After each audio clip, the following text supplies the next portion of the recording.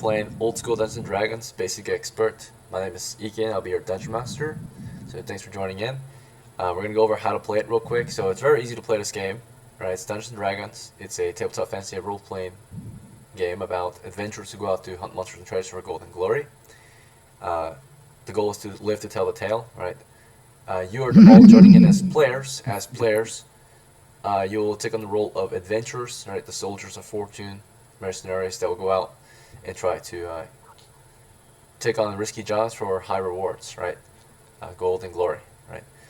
Okay, so it's very easy to play. First thing you gotta do is create a character. Once you create a character, we can start playing. Like, once everyone's ready to go, we start playing. And it's very easy to play. Basically, I'll give you kind of the background of the situation so you know what's been going on prior to the situation you're in. Then I'll give you the situation you're in, right? And then from there, once you know what's going on, you all will have a chance to choose what you do in that situation. And then, of course, once you make your decision, we're going to roll the dice to see if you succeed or fail. That's it. That's the sequence of play. So the goal, of course, is to make decisions that will get you rewards, right? Get you like money and power so that you can have more freedom to do what you want. Okay. Technically, you can do anything you want in this game, right? But to progress, you're going to get gold and glory to progress. Alright, so now you know how to play it. Now we're going to create your characters. Any questions or concerns on the goal or how to play? Not all I can think of. Alright, mainly for Vio and Soul, do you have any questions on how to play it or the purpose or goal of the game? No, it's fine. Just go on. Okay, Yeah. very well. So we're going to go over character creation now. So to do that, you're going to have to roll some dice now. So if you don't have dice in real life, right, no worries. I can either roll for you or preferably you can use the dice bot, which is in the dice rolls channel. Okay, so if you go to the dice rolls channel, you're going to use a bot and you can use like a bot commands to like roll the dice basically. Does that make sense? Yep. Yeah. Alright, perfect. So the command you all will use to roll a character if you need a new character for those who are, without the characters yet, right? Or still. You're gonna type in /roll space 6 space 3d6 and I'll show you an example. So you need to type that out and you need to post it in the Dice Rolls channel. Okay, so if you go in there, type out the example, type that exactly into your into the input for message Dice Rolls, right? And then click enter, and then you're gonna get your abilities. Alright. How is God it? fucking damn it. Is this supposed to be without the space? Right? So you guys did it correctly, except that you guys copy pasted it. No. So you Wait, need to type, you need to type it out character for character Wait, because you have to roll. clone the bot. So The first one.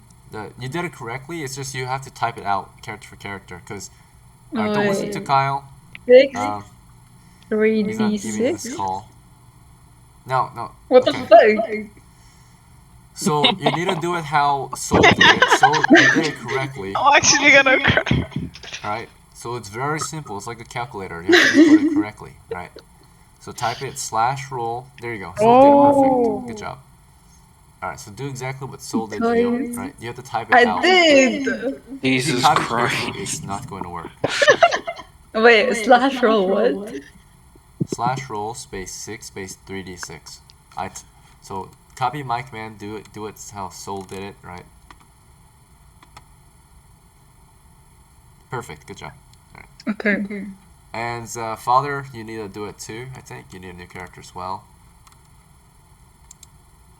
You're right. And then Giovanni, I think your character's still alive, right? Martin? Pretty sure I'm alive, yeah. Yeah. Okay, so Very you go- broke. you go for the alive. How come you're still alive? This is a game where we will die. It's true. That is true. But my day will come.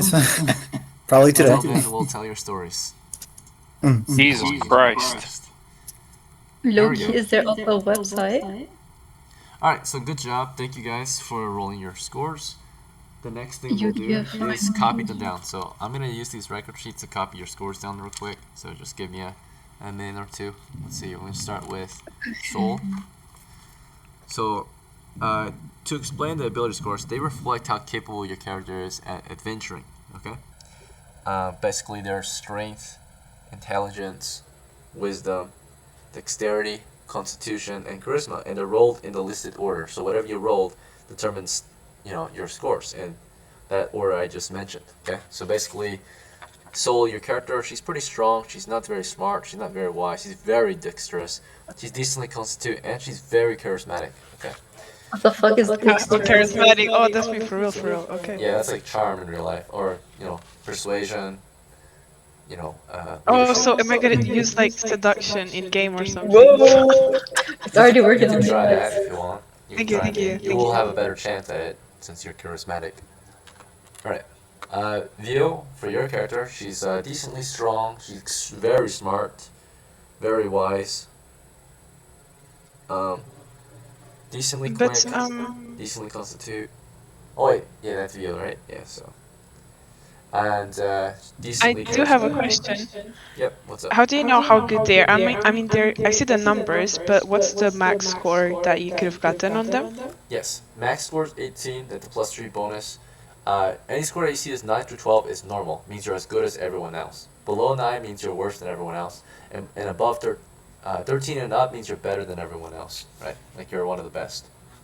And what was the that's- second one again? Your second ability is intelligence. You have 15 intelligence, since you rolled a 15 in your second roll. So, Can you, like, Wasn't that Vio? Wait, wasn't that Vio? Yeah, I'm Oh, yeah, intelligence, Vio, you're the Vio. extra charismatic. Soul, your intelligence is 8, so So I'm freaking retarded. I'm retarded as hell. I'm You're okay. not as smart as most girls, right? You're slightly less smart. The worst is Can 3. you, Right, like, okay. Eight's not that bad. 3's the worst, right? 8's not that bad. It's 3. bad, What but- was 6 again? What was 6 for? You have 6 wisdom, so that's like your sensibility, right? Your ability to like know things in the past, right? Wisdom. Wow, can I re-roll? This is horrible. I promise this is horrible. What the flip? Bro, No, God, it's I'm literally average on everything. There's no No, reroll, but there is progression, right? So you have to earn it, right? So you'll take actions to improve your abilities. If you want to become more smart, you have to study, right? You have to, you have to get money to train, right? So if you want to get stronger, everything in the end is all about money and experience, okay? Power, right? So if Yeah, you get fair more of enough. that, I you can be dumb improve. but still rich. Yeah. Yeah. Okay. All right. You're hella charismatic. Let's see. Father. Is that gonna yeah, win me money though? Yeah. Debatable. 9, 16, Okay. You can scam everyone. 12, 10, 11. And Damn, 13. bro, this is better than my first guy. This is insane. It's really good. Alright, and then for, let's see, Finn Golfin. You don't need a new character, you already have one. I'm gonna copy it down on these new records I got. So I'm just using this one. Yes, now, yes, so- okay, this guy. Yep, so don't worry, just sit tight. I just gotta copy paste your scores down. Same with Martin. Let's see. Okay, so I have 6 plus 18 piece of money, right? Just a moment. Sorry, I'm still looking through the records.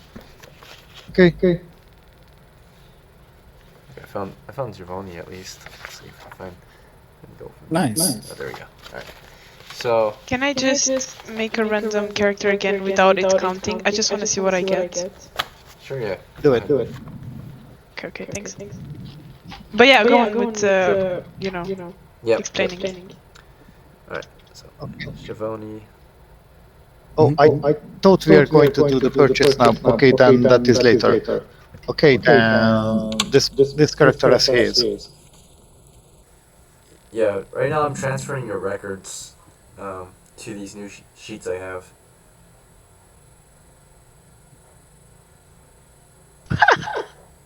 Thank God, bro. Okay. Which god? Oh my What? God.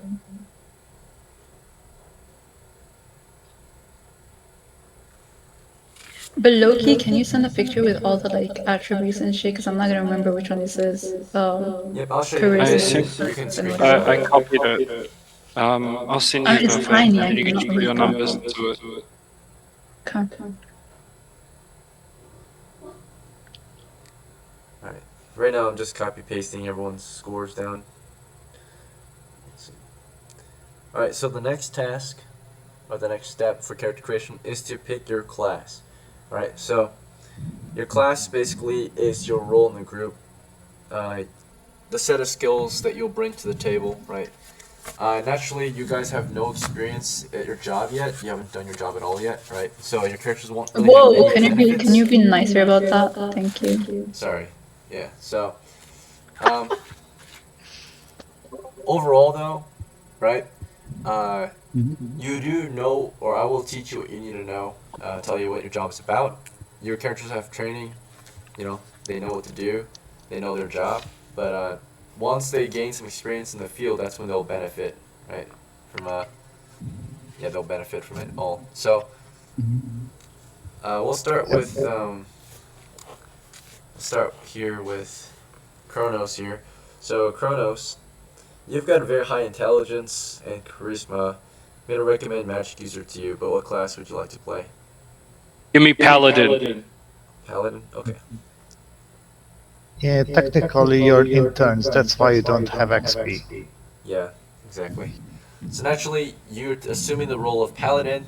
It's understood you don't have any actual like Paladin skills yet or anything like that, but eventually you will once you demonstrate proficiency, right? You have to practice the skills of a Paladin, you know, buy the gear that they need to do their job, and eventually the dice rolls will reflect that by giving you bonuses and such, right, from your experience level. Alright, so he's Paladin. As a Paladin, if you're not sure what that is, it's a chivalric holy knight, right? Okay, so their job's to fight for God and for the king. That's what my goat Kronos was, bro. I gotta stay true to the Paladins. Sounds good. Yeah, that's for father. Alright. Low key, my mic keeps getting on. What do y'all hear? It's making me scared. I just hear like muffled movement sounds. Like your I don't really hear much. Bokla? Okay. So next you're gonna pick your job. So in the game we have 7 classes or 9 classes total to choose from. 4 of which are human classes, 3 of which are demi-human classes, and 2 of which are human house ruler classes, which basically means that they're classes made by our group in particular that you can play as.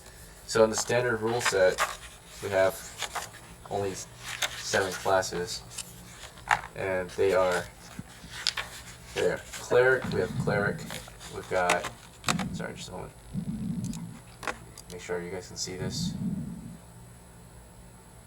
Video scaling.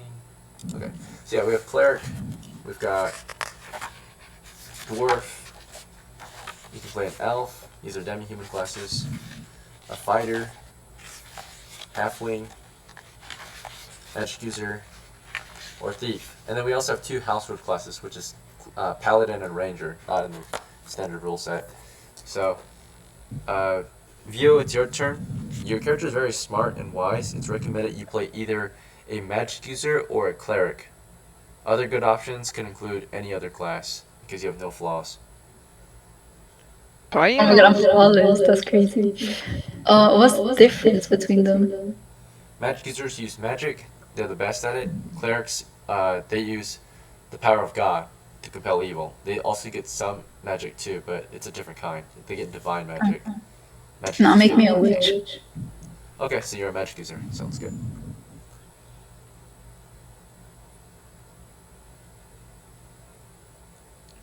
Alright. Level 0. Okay. And then Father already picked Paladin, and then now it's Soul's turn. So Soul, your character is very dexterous and charismatic. It's highly recommended you play a thief. Other I was gonna options- choose that anyway. Perfect Okay. time. Perfect. Alright. Okay, next step. We're getting through this pretty quickly. Hit points. So for your hit points, you're all gonna roll 1d4, okay? Except for the old players that already have characters. So the new guys, you're gonna roll 1d4. So do slash roll space 1d4. If you have a 4-sider in real life, you can roll a 4-sider, of course.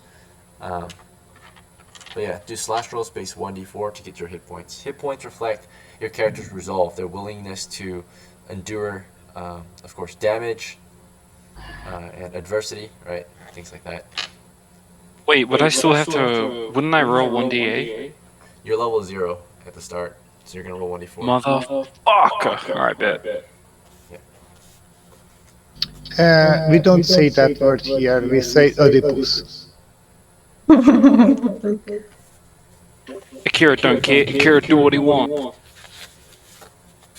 What was that with me?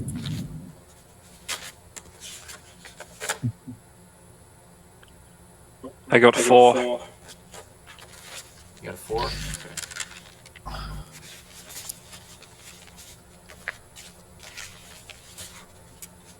Okay, so, yep, that's good.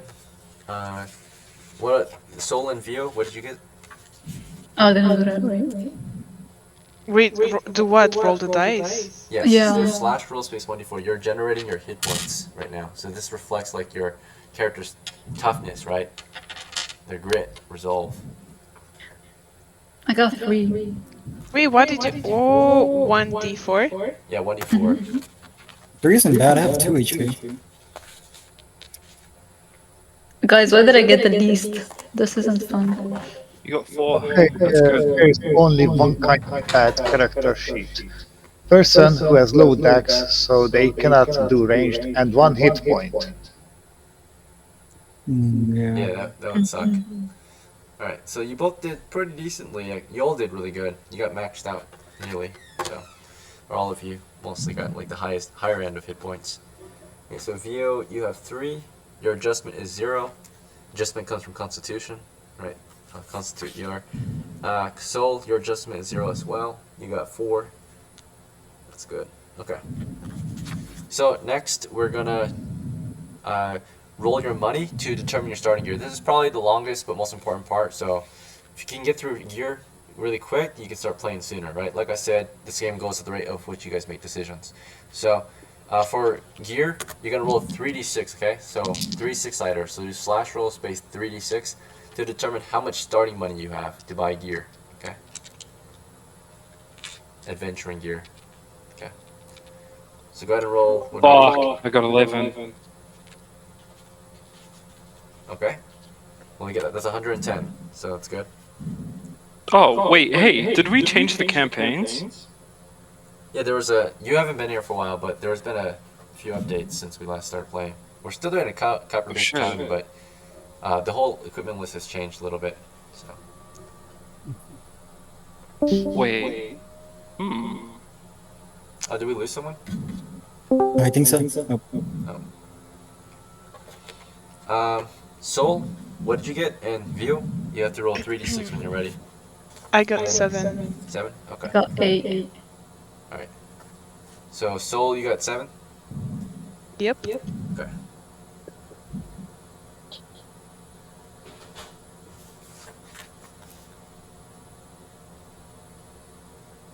And that's my money, or what? Yep, that's your starting money. So now we're gonna purchase your gear one at a time. So starting with Soul, you have 70 coppers. Okay, you're a thief. Your job is to buy things to do thief-like actions, right? So like tools for like, you know, breaking into chests or rooms, right? You might want supplies like bags to, you know, stuff with your treasure that you find. You might want weapons to, you know, sneakily take down enemies, right? So certain types of weapons, concealable weapons. Of course, you'll need clothing, something to hide yourself, maybe a hood and cloak, boots or shoes, right? So those are just some ideas. We're gonna start out with clothing items. So if you go into the list of items channel, you can see all the items you can purchase, but don't worry, don't overwhelm yourself. I'm gonna give you recommendations. I'm gonna help you pick out your gear so you can get through it quicker. So clothing, right? First thing you need to get at least is something for your feet, footwear. So there's 3 good options. You got sandals, you got shoes, and you got boots. Actually, it's from cheapest to most expensive, and from least protective to Okay, most then the middle one. Okay, some shoes. All right, so you've got shoes on.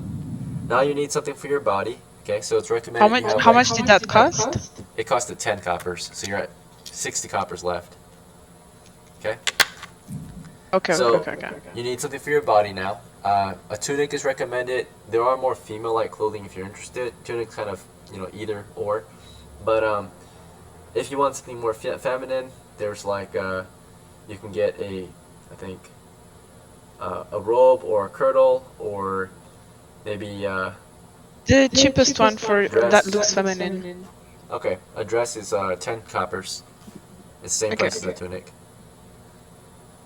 Okay. Alright, so you've got Why a do they dress have pink packs? and you're down to 50 coppers. Okay. Okay. Alright. It's also recommended you have a belt so you can wear things on your waist. Would you be interested in that? Having a belt? Oh, would it really set me back It would if I set you don't back have 5. one? If you don't have a belt, you can't wear anything on your waist. Like you can't holster a weapon there or anything like that. Okay, then fine, get a belt. Okay. Some people don't go with one because they're too broke. But yeah, belt's good.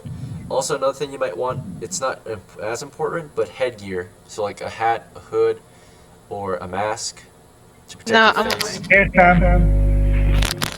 Okay. Holy, someone's microwave So- went on. Yeah, someone's got feedback. 45 coppers is remaining. All right, now we're gonna move into something more important for you, which is gonna be weapons or tools and supplies. Okay. What are you more interested in? You can't really afford too much armor right now. You're kind of broke. No, I think a weapon would be ideal. Okay. Yep. So, for your weapon, I recommend you're gonna go with a long-range weapon, right? Like missile weapons. So like either a bow, a crossbow, or a gun. What would you be interested in? How much is a gun?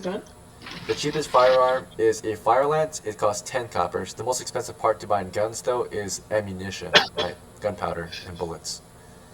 So, the best gun available is the arquebus. The second best is the handgunner, and another really good one is the pistols, because you can use 2 pistols at once if you can afford them.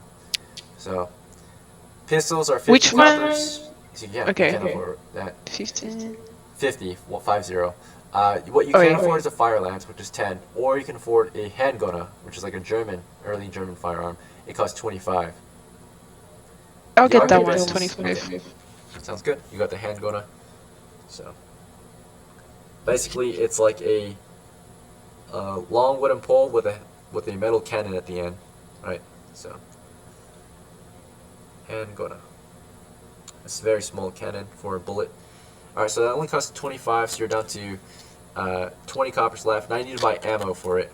But also, before you buy ammo, you need to buy a lighting kit, because these are matchlock weapons. You need a fire source. So you'll need a pouch at the very least to hold your tinderbox, and maybe a candle, okay, to light the fuse. So a tinderbox is 1 copper. Okay. A candle is 5 coppers. It will last 4 hours though, so it's really good. So you've got a candle, you can reuse it, right? So it's got a long duration. So candle, tinderbox. Total price is 6. You're down to 14. Also, you need a pouch. You're down to 9. All right. So you got 9 coppers left. So you can only afford 1 bullet for now. Okay. You only really need It's to okay, fire it's okay. once. I only need. I'm gonna one tap people, no problem. Sounds good.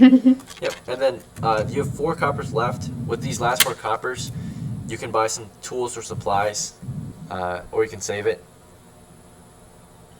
Would it be safe to save it? Yeah, you can just save it if you want. That's fine. Will that work? Like, will that help me in the future if I save it? If you save it, it doesn't help you right now, but it helps you buy better gear later on, right? Like you'll have more money to buy. You can save up for better gear, right? Yeah, I'll do that. Okay. All right. So your job today is you are a thief and a gunner, right? You got a one shot, but it should be able to kill almost anything because it's really deadly. Right? It's a gun. So, all right. Father, it's your turn. You're a paladin. Your main job is to be a chivalric holy knight, right? So that means you need a holy symbol probably. You need weapons and armor. Okay. So you got 110. First, we'll start with clothing. What kind of footwear do you want? Shoes, please. All right, you're down to 100. And would you like to buy, let's see, any body clothing or any headgear? Yeah, I'll get a white robe. All right, you've got a white robe on.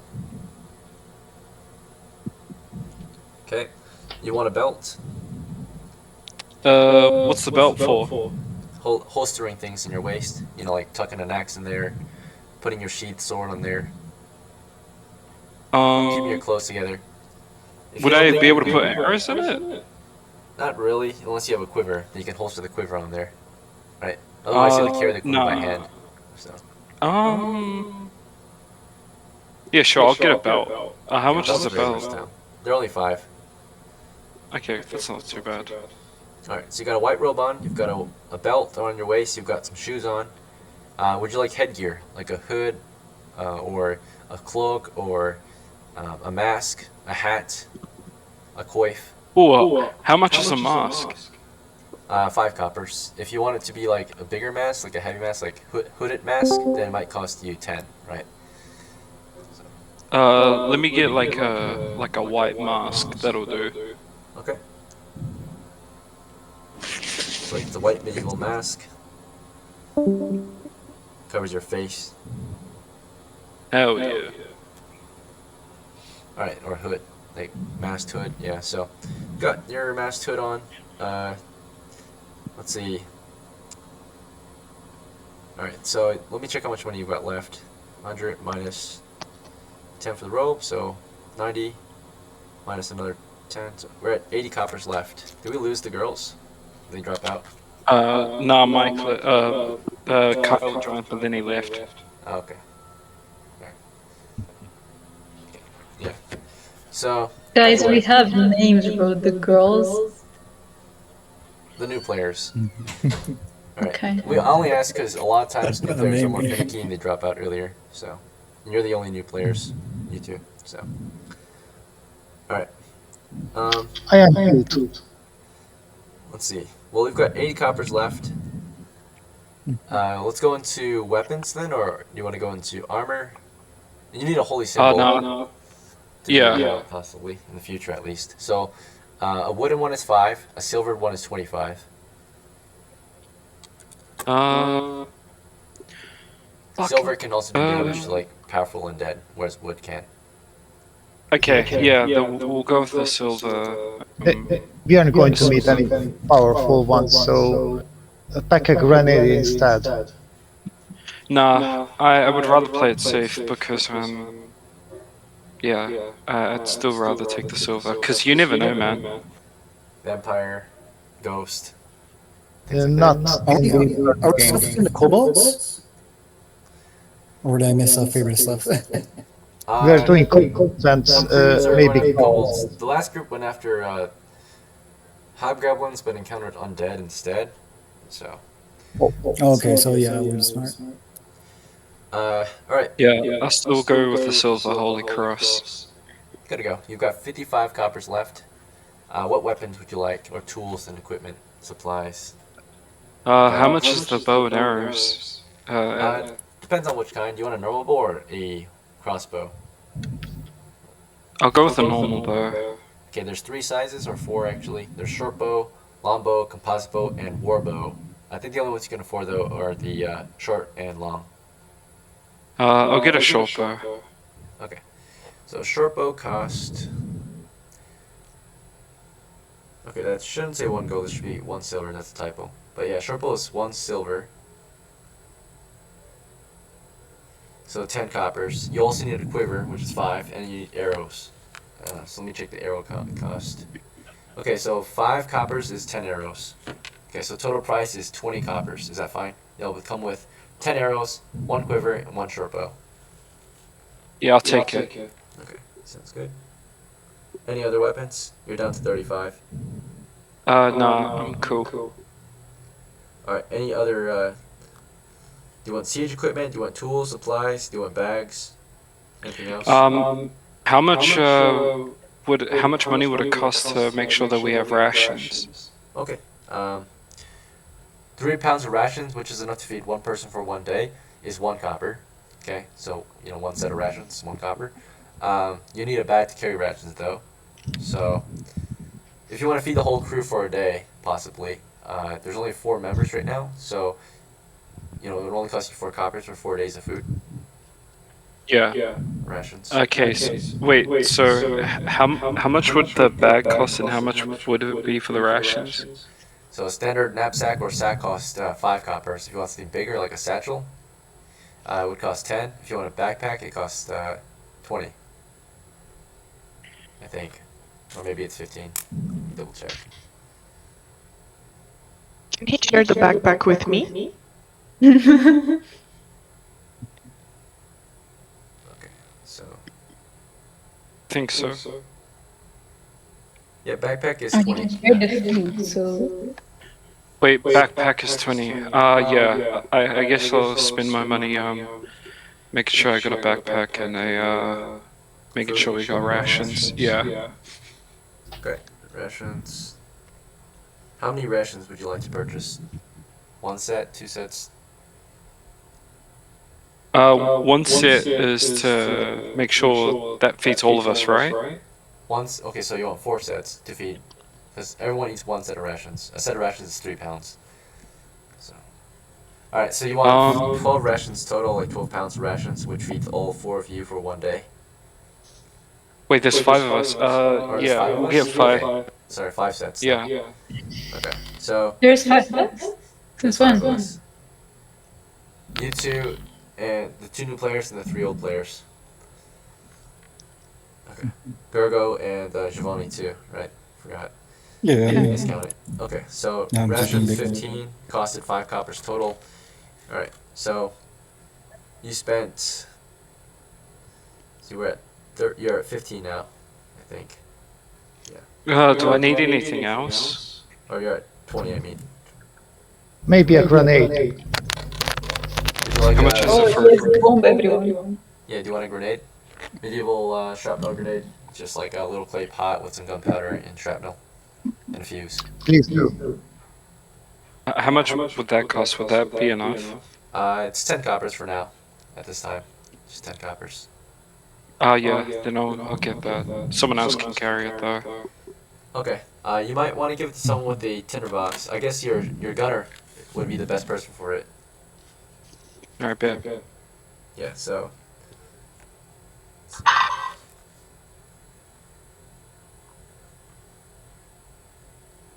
All right. So Soul, your character received a grenade just now. Damn. Damn. Bam. Okay. Father's character. I mean, that only costs 10. You're at I'll 10. make sure I don't use it as a suicide bomb. Yeah, just don't hang around me. Lol. Just remember, you can die in this game, but the goal is to live to tell the tale because you get no rewards if you die.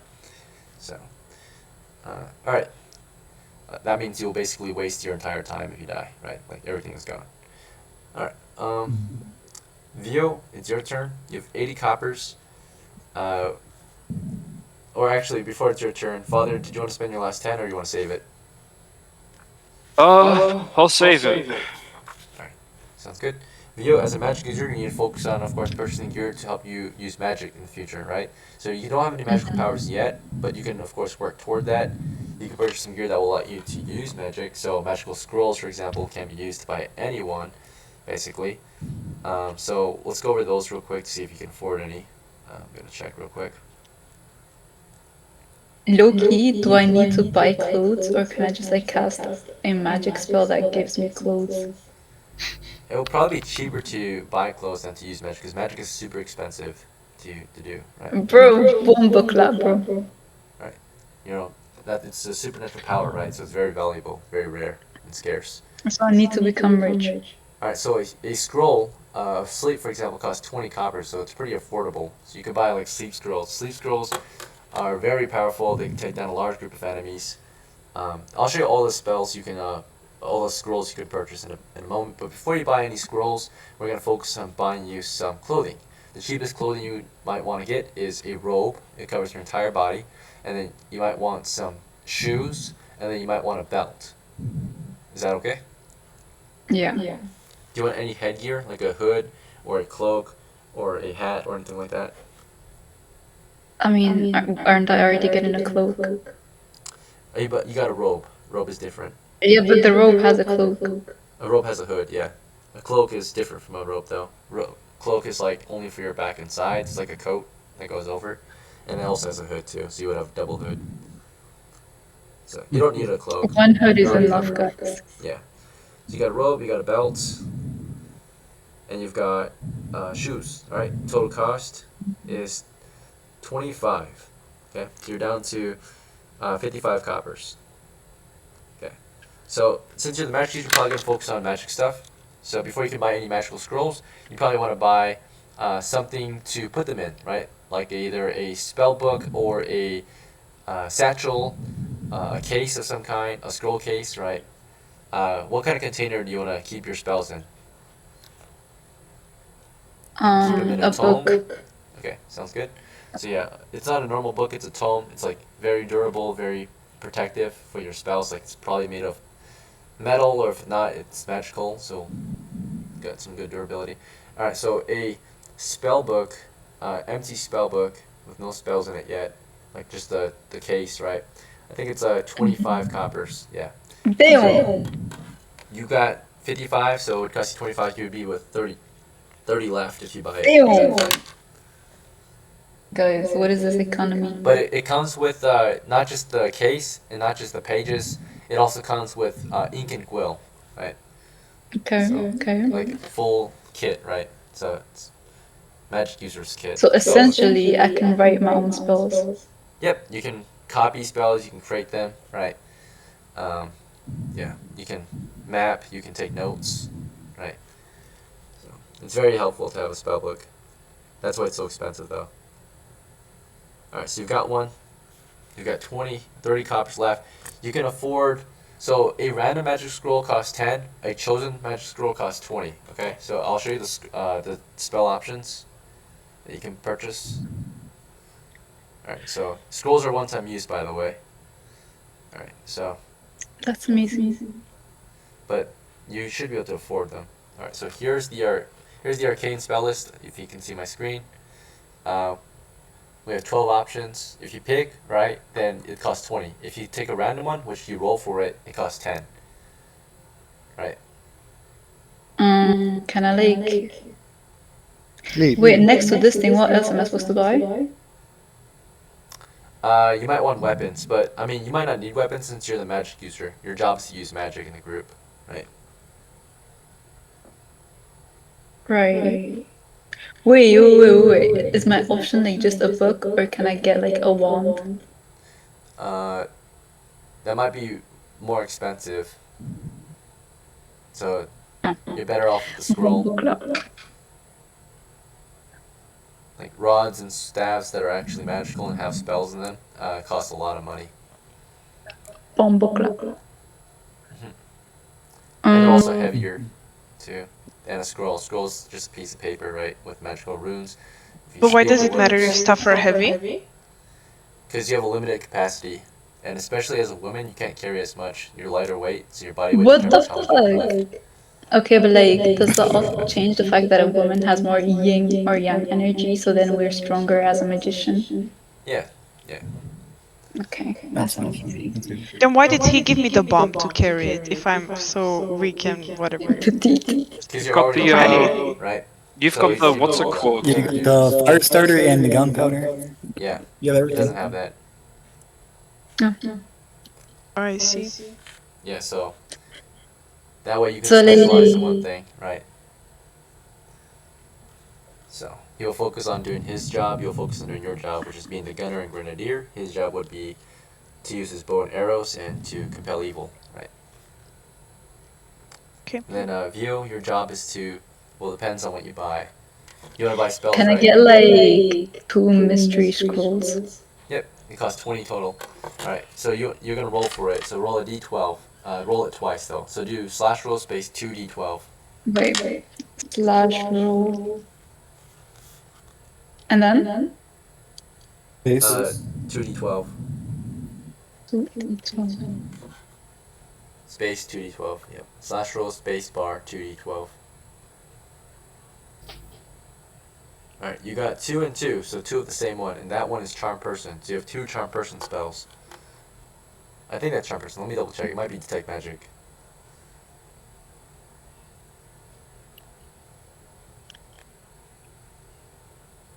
Oh, you got Detect Magic. You have 2 Detect Magics. So, Detect Oh, Magic what is does kind that of do? useless. I mean, it's kind of useful. All it does is it helps you find magic stuff. So it can be like, if you use it, right, then you're able to sense, or you're able to detect anything that's magical. So that includes monsters, traps, and treasure, right? So this will help you find more magical gear quicker, right? So it's Magical basically a gears. sensor. Yeah, it's a sense spell. So Okay. without this one, you can't actually find magical gear typically. It's super hard to find. You almost will never find magical gear without this spell. but otherwise it's pretty useful. Also, you can also sense for magical monsters. So like if there's a ghost nearby, your character will sense it. If there's like a dragon, right, your character will sense it. So you have 2 of those. Okay. So you're kind of more like the detective now. Your job now is not really. Yeah, your main job is to be like a detector, basically. What about the threes? No, it's 2d12 because it's 1d12 for each. You're right. So Oh. remember the chart had 12 different spells, right? Oh wait, no, I see what you did. Or No, yeah, it's 2 and a 2, right? You rolled 2 and a 2. Yeah, so it's 2 of the same spell then. Okay, on the chart. Dang. All right, so you have 10 coppers left. With this last 10, you can buy a weapon. I recommend for you either a sling, pouch, and stones or a spear. I mean, I would need to buy stones, so I think it's better to get You picked them up. Yeah, stones are free. The pouch is what you have to pay for in the sling. The sling is 1 copper. The pouch is 5 coppers.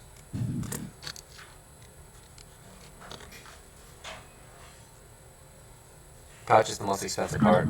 It's a leather case, right, on your belt. Let's go for it. So you want the pouch and sling and stones? Mm-hmm. Okay. Alright, the total price is 6 coppers. The stones are free. So you're at 4 coppers remaining. Got a sling. Got a pouch. You've got some stones. Alright, that's it. Or do you want to save your last 4 or do you want to spend it? I mean, it's just horrible. Just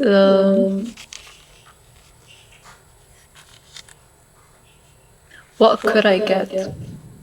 Torches. Yeah, you get torches, tinderbox.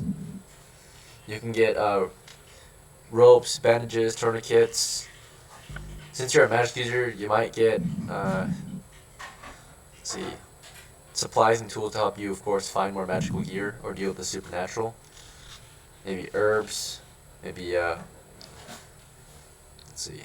I need something more offense. Like my character's weak as shit. Okay, so something offensive that you can buy could be a small tool.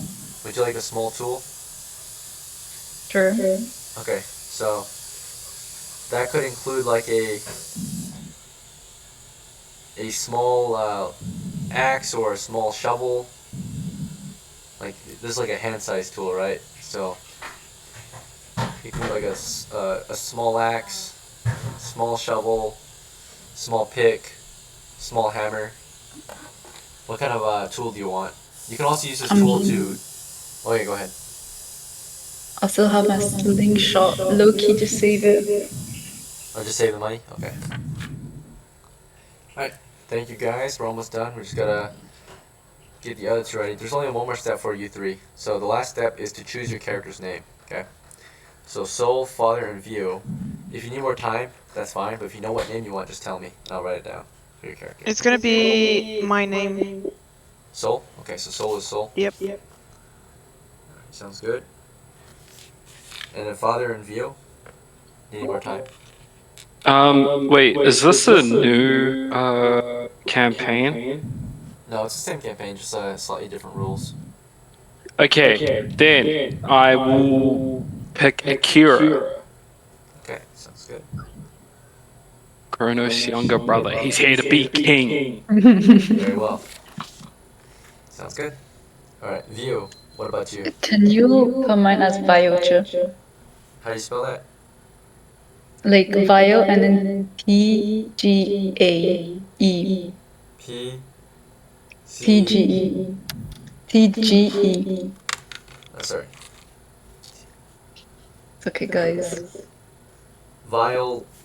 So Like VIAL. Right, and then what else? Bro, I cannot see that shit. So you said VIAL and then what else? No, bro. VIO Oh, TJE. TJE. VIO.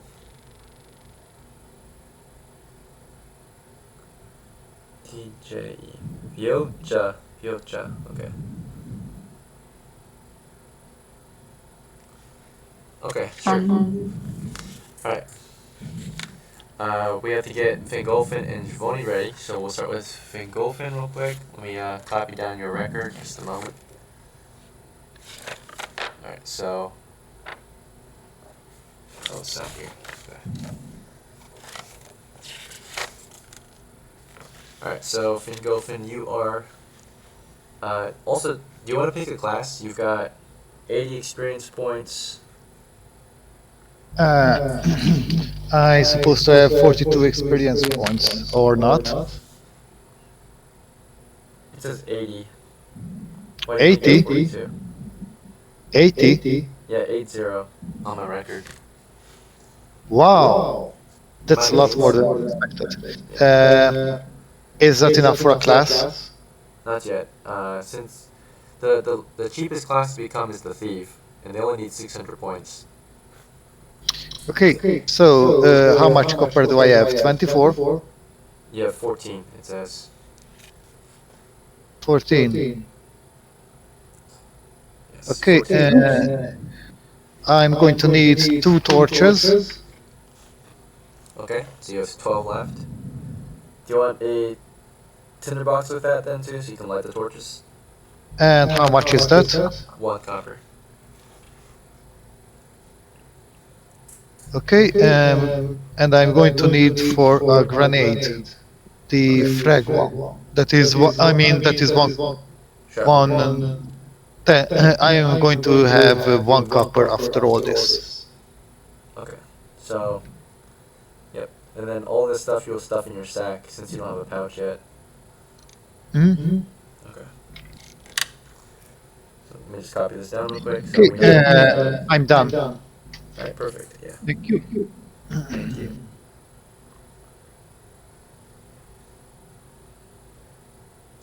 Alright, is it? Alright, just a moment. I gotta copy his notes down. Oh, go.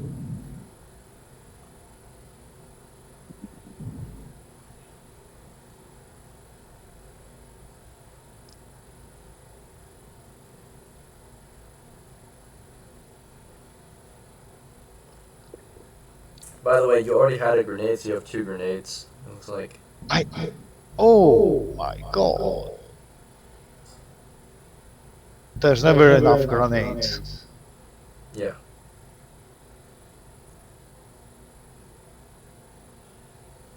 Just so you know, I'm not carrying the second one as well. Hell no. Okay, well, Who cares? Here?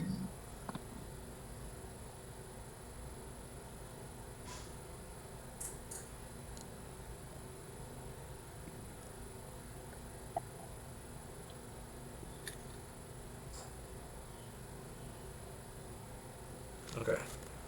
That should be everything. You should have only 1 copper left. Yeah. Yes. Okay. Good, good.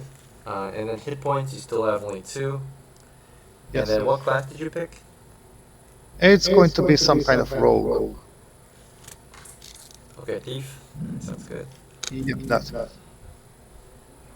not further.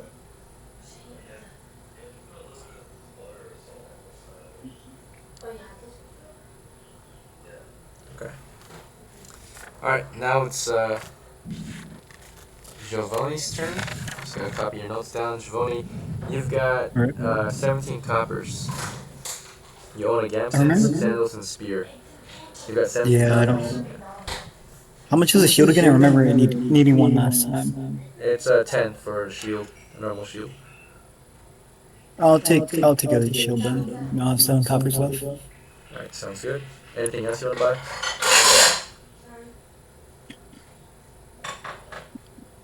How much were their fire flask? I don't know if I can afford it. I'm pretty sure they can't. I just want to Flame know. oil? Yeah, flame oil. 25. 25? Ouch. Okay. Think I'll take a ration then, and Sack and rations? Okay. ration for 1 copper, right? Yep, sack is 5, rations, each ration set is 1. So 3 rations are 1. 3 pounds of rations. Alright. Yeah, I guess the sack will be pretty useful as well. Okay, so sack. I don't think I have much copper left. I think I just have 1 copper left. I'm good after that. Yep, 1 copper left.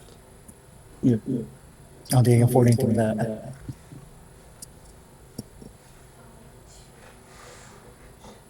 Okay. And then you picked the class, right? Or not yet? I don't think I have enough experience for a class, isn't it? Like, Oh, you feature, don't have enough experience. You can still pick one though. You don't have to pick it yet if you don't want to. not yet. Then I don't even know live long enough to get enough experience. Yeah, you can save up. And then you still have only 2 hit points. Alright, thank you everyone for your patience. We just finished game preparations, right? So we're going to take a small break in real life, maybe like a 5-minute break. So come back in 5, go ahead and use the restroom, grab a drink, do whatever you need to. When you come back, we'll start our game. Okay, we'll start playing. All right, thank you, Iken. Yep.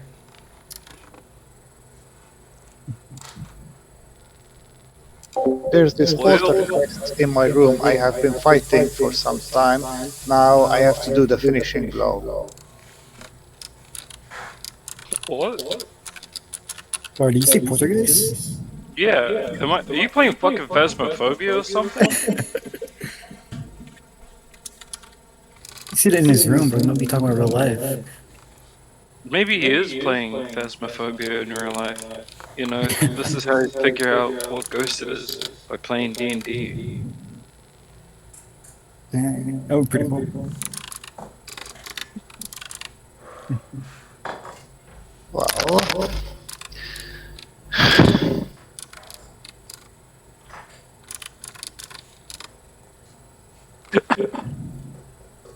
Damn.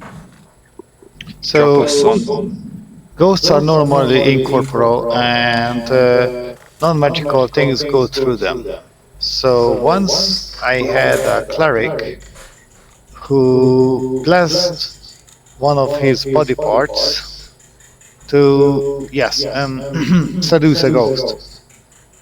Seduce a ghost? Yes. That's wild. All right. Sadly, that was only an NPC. Damn, bro. Damn, I thought you were talking about real life for a second.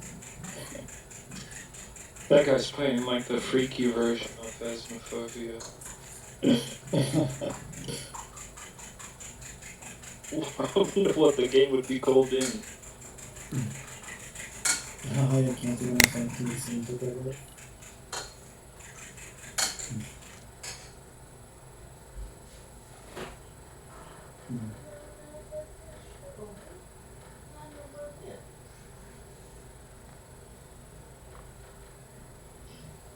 My lady, you have a face only a glamour bard can love.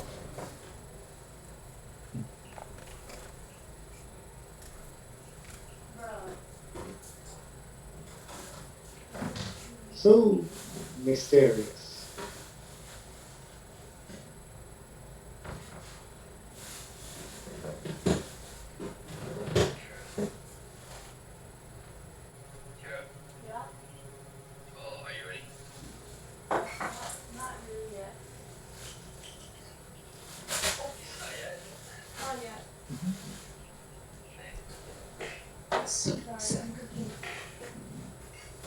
What? Yes. I'm playing, bro. I'm playing. What's it called? Cooking City.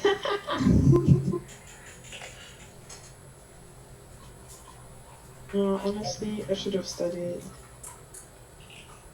I'm playing Trackman. Go ahead. Your isolation's not on.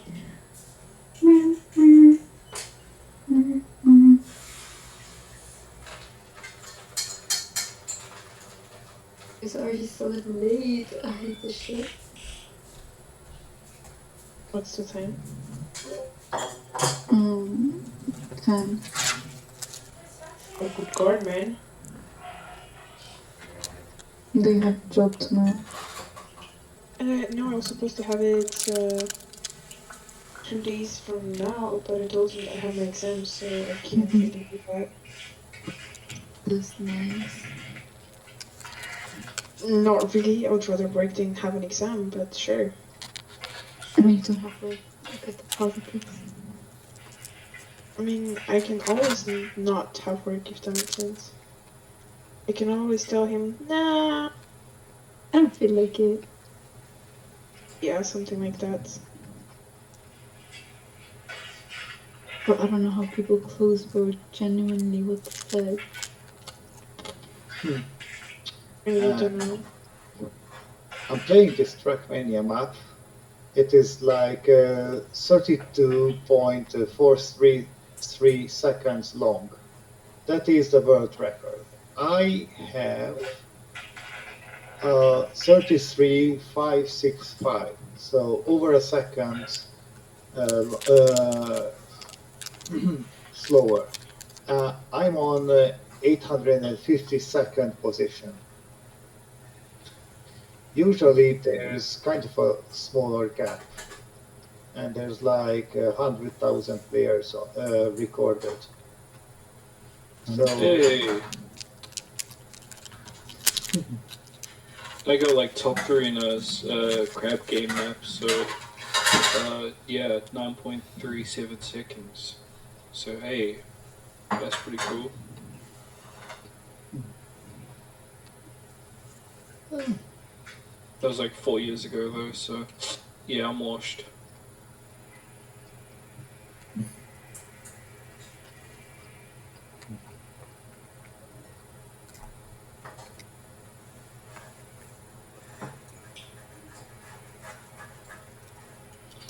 I got this high position by a very lucky run. I couldn't have imagined ever doing or repeating. Oh, it's all good, bro. Hasn't it been 5 minutes already? Like, can we start? I mean, I have to sleep soon. What the flip? Yes. Is everyone back? Everyone good? Everyone been back. I am good. Perfect. Yeah, we'll get started then. So, let's see. Yes, setting up takes some time. So, to get started, of course, I'll give you guys some background information so you know what's going on prior to your crew joining up as a team and setting out for their adventure, and then we'll go over the situation and such. So, the idea is that, of course, recently if your crew has gathered and formed up a party to set out on an expedition, right? We're joined by, of course, a few new guys, a few old guys. We've got Fingolfin and Martin are the veterans of the crew. Looks like, I think, let's see, Fingolfin's got like 80 points of experience and Martin's got 5 experience. So I think Fingolfin's the most experienced crew member. Alright, so, we got some new guys in our team. We've got Yocha, magic user, right? We've got Akira, brother of Kronos, one of the old best crew members in our team, and we got Sol, another new guy, or new girl. So that's our team. You guys recently joined up and formed a crew, of course, and the situation is pretty simple. Today, since I think at the last crew, which was Martin and Fingolfin, you guys were in the village of Idlin, hunting down kobolds to the east, right? Yep. So, either we can continue that, or you can, of course, heed the call for adventure to the west. Some adventurers have been requested to the west. There have been strange reports on goblins becoming inactive, or hobgoblins becoming inactive in the mountains to the west. And the last crew to go out and investigate the mine that used to belong to the realm of men, which is the mine of, currently it's called, let's get the campaign map out. Currently it's called the mine of Harmach, which is of course the mountains controlled by the hobgoblins to the west of Matstow. They've made some discoveries recently that it might be due to, of course, an unholy presence in those mountains. The last group that set out for the mountains, they explored into the mine shaft and found that there were undead hobgoblins down there, right? So, some strange sightings, right? They were able to fend off the evil and recover some loot. Of course, the campaign against the kobolds has continued and is near an end. The kobolds have been under siege for the past few weeks, right?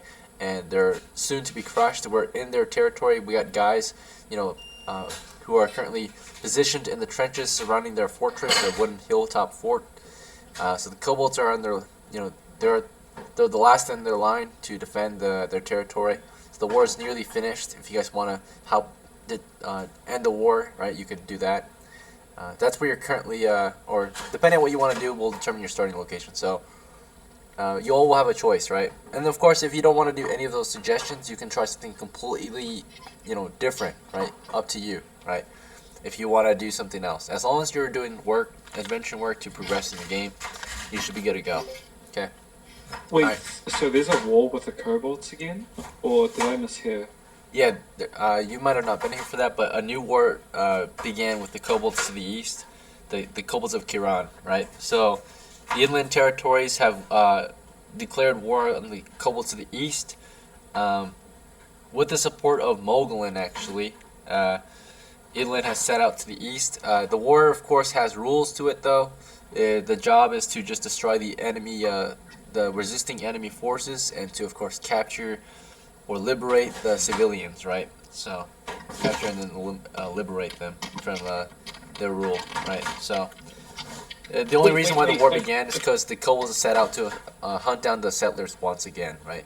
So, quickly we responded, and we're at war with the kobolds again. I don't get it. If Moglin's supporting it, what was the point of the rebellion war? The rebellion war broke out because of the war crimes.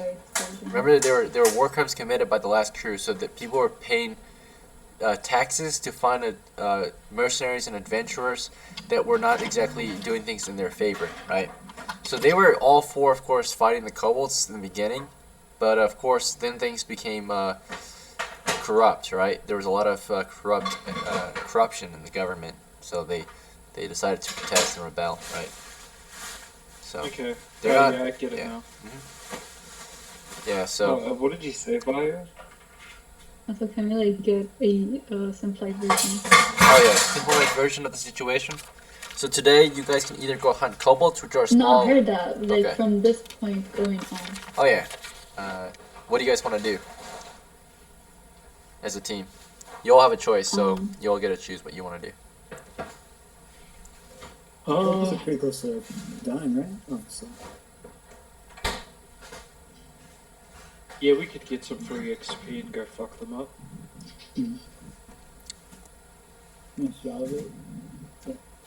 The estimated army of kobolds consists of maybe 13 kobolds left. Good, that's finished then. No, that's my vote. Any other ideas? Or? Alright, so most of the crew agrees to go and finish off the kobolds, the last 13 resisting kobold soldiers. That does not include, so that's just like the estimate, right? But there could be like other types of kobolds remaining, like kobold bodyguards, kobold chieftain. It's not included in that number, right? That's just a number for like the standard kobold encounter size. So, alright. Well, your troop is gonna set out then for the position, right? Right now, it's not known if there are any other kinds of kobold defenders at the moment. We just know that there's roughly 13 regular kobold soldiers left. There could be some kobold bodyguards, and there's definitely a kobold chieftain, right? Which we haven't encountered yet, but there should be at least one chieftain. And then there's usually 1 to 6 bodyguards, which are second in command to the chief. Okay, so his top guys. Right. So it looks like most of you are agreeing. I'm gonna make sure everyone agrees though. So what is your choice based on the situation? Do you want to go after the kobolds? I agree. You agree? Okay. And then Father, what about you? Or Kira? Yeah, I want to go fuck up some kobolds. Sounds good. And then Vyote? Vyote, yeah, what's your choice? Vyocha. I mean, I already said I seconded it. Okay. Martin? Oh, I think it was my idea. I think it's Oh yeah, it was your idea. Just continue the kobolds. And then Fingolfin, double check with you. Goblins. I mean kobolds. Okay, very well. Alright, so you've all agreed on a plan. Your job is to go out and finish them. Our starting position then is the trenches. We are in the hillside trenches that surround the enemy fort, okay? There's many ways you can approach the situation, but your job is simple, right? Hunt down the enemy and loot them, right? So there's many ways you can do this. You can make your way through the enemy tunnels, right? There's tunnels that are in the trenches that go into their underground fort. The idea is that we're on a hill right now, right? It's the Cobalt Hill of KEIRAN. This is where their settlement is. On top of the hill is a wooden fort. Inside the hill is an underground fort. Under the fort, under their underground fort, under the hill itself, right, is an underground settlement, which is where the village is, right? All their settlers, like the Cobalt civilians, live under the fortress, right? There's two fortresses basically, or kind of three. You're in the outer fortress, which is the trenches, right? So we got the trenches, we got the hilltop, and we got the underground, right?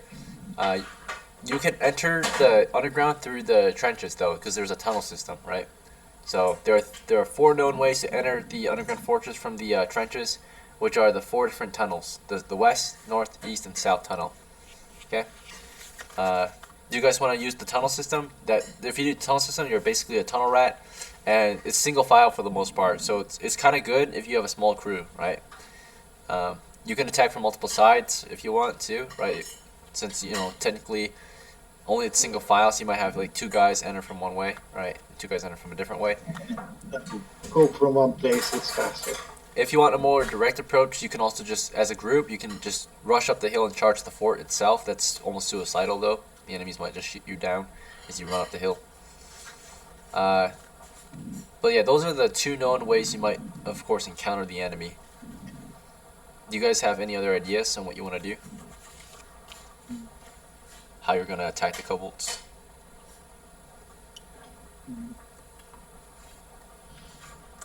So we can think of our own way, Yeah. besides like the tunnels and just running down the hill. Up the hill, yep. If you have any other ideas, like luring the enemy out somehow, you can think of anything you want, right? So we got a situation. Can I not like infiltrate it? Yeah. Like you said that I'm charismatic. Can I not just enter it and pretend like I'm wounded or something? You look very They different look from like them. dog. Yeah, they're small wicked dogmen. They're half your size. Yeah, how big are the tunnels? The tunnels are narrow and small. They're 5 feet by 5 feet tunnels. Yeah, that is not good idea. So single file crouched tunnel rat movement, right? So you would be crouched in the tunnel for the most part when you go through the tunnels. Has any group gone through these tunnels before? They have. Any group before us? Yes, me. And which path did you take? All. He took different ones. Yeah. And so they were all good? Yes, it depends on where they're fortified. And where were they fortified from where we are? I can't remember. Okay. This guy. Okay, we go from south then. It's okay. Yes, it is okay. South. So south is confirmed good? And now it is. Okay. Wait, I have 14 intelligence. I should be rolling that. I remember where I went in, but good. Okay. Alright, so you guys want to enter through the south tunnel? Yes, good.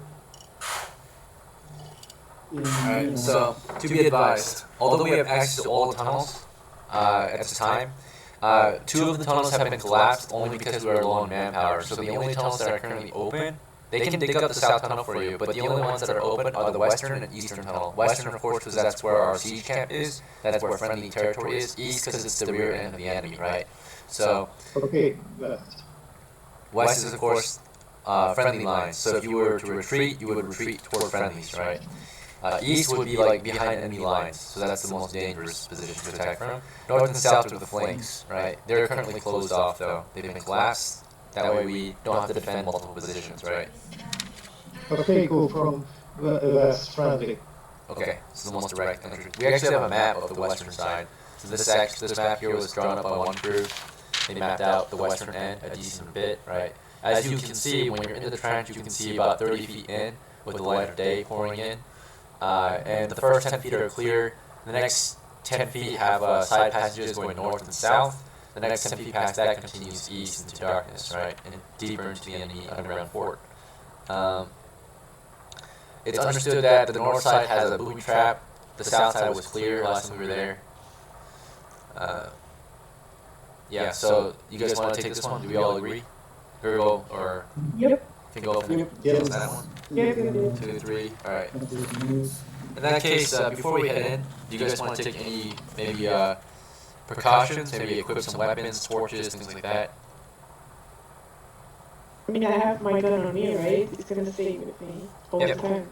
Yeah. So you wanna have that thing loaded, I suppose, right? Ready to fire. Okay. So you're gonna be carrying your handgun in one hand, not ready to fire because you have a candle in the other, right? So once you light the fuse, then you can take aim and fire. Typically, what you want if you're a gunner is you want an assistant, right? Or someone to light the gun for you so it's faster. Naturally, you can just do it yourself though too, right? So what you would do is once your gun's loaded, you light the fuse, you drop the candle or set it to the side or give it to someone to hold. You would take aim with your gun, right? Which requires 2 hands to aim and fire. And of course, you would pull the trigger. The slow burning fuse would light the gunpowder or the primer, and then the gun would, of course, fire. Yeah, okay, I'll do it myself. Yep, you can do it yourself. So you've got a candle in one hand, it's currently lit. Then you've got the gun loaded in the other hand. I'm gonna check mark things you've got equipped. Alright. Candle will burn up to 4 hours. Gurgle, do you want to use your bow? Do you want to use your torches? What would you like to equip? Starting with the bow. Okay. Bow and arrows. Alright, and then Father Akira, do you want to use your bow as well or something else? Yeah, I like to use my bow. Perfect. Vyote, do you want to use the... You want to have your sling and stones out or your scroll or something else? Vyote? What did I ask? I'm going with my slingshot. Okay. And then, thank you. And then Giovanni, Martin, do you want to use your spear and shield? That's all I have, yeah. Sounds good. You will just drop your sack whenever you get into a combat, but you'll be carrying the sack in the same hand as either your shield or spear. Alright, so I can drop it. Wait. you can leave it at the entrance too. Yeah, I can leave it there. Okay. So we're now standing right before, we're in the trenches, we're staring into, of course, the tunnel system from the west, right? Where the western tunnel that goes east. You're looking down, and it seems clear so far. No signs of any enemies, traps at this time. No treasure out in the open. It's a cleared out tunnel for now. So before we proceed, you might want to figure out a marching order. Who's going in first, second, third, fourth, and fifth, right? Second. Okay. Gurgle called second, so you're in second rank. Who's in the front? Who's in the rear? Who wants to be the point man? That's armor class. Armor class? It might be, Martin, you might have the best armor. I have the best armor, I just gotta go first. Alright, Father Kira, Yote, and Soul need to choose where they want to be. So who wants to be third? Is I'll why be a third. turn Oh, my question is Alright, Soul's third. What's your question? Lowest hit points? I'm pretty sure it's me, I have 2. Fingolfin and Martin have 2. Okay, well, We'll just go from highest to lowest number. I've got 4. Okay. So, Akira, you got 4. Vyoche sounds like she recommended that the highest goes first, so she'll be in the back. And then you next, and then Soul after. Alright, so Soul's third. Alright, so we got the marching order. So pointman is Martin. You got first action, right? So you're in the front. You're heading in. How do you want to move through the tunnel? Do you want to explore normal rate, so equally fast, equally careful? Do you want to be extra cautious? Do you want to like sneak, crouch movement, or do you want to like just like run, like charge down? I'm probably not gonna charge, this is not a good idea. Someone's been here before me, right? Yes, I have 3 torches. That's a lot of time. Okay, then yeah, let's just do it carefully. Our current light source, by the way, is daylight and a candle that's being held by Soul, I think. Mm. Yeah. That shines only 15 feet, so the candle actually doesn't really reach too far ahead. It's only providing enough light for Martin to see 5 feet ahead, right? Once we get into like complete darkness. Okay. Mind if I borrow a torch so I can see more ahead, or? Would you like to light a torch up and give it to Martin Fingolfin? Okay, yes. Okay. And then in the meantime, I suppose, yeah, your sack's left behind, but yeah, the same hand in which you have your shield, you'll have your spear, and the other hand you'll have your torch. And then when you're ready to fight, you have to drop something, right? So, let's see. Alright, yeah. We just explore number 8 with the torch in front of us. We should be able to see most things. Right, 1 torch lit. Time is 0800 upon entry. So, we're entering during the day shift. That means the enemy might be asleep or not as prepared. And if they are prepared, at least they won't be able to see us easily, at least in daylight or in bright light, since they are nocturnal. Alright, so Martin, you're leading the way. You've got a torch, spear, and shield equipped. And you said you want to do normal exploration rate? Yeah, if I have a torch in front of me, I should be able to see like 30 most feet things ahead. in front of me, I guess.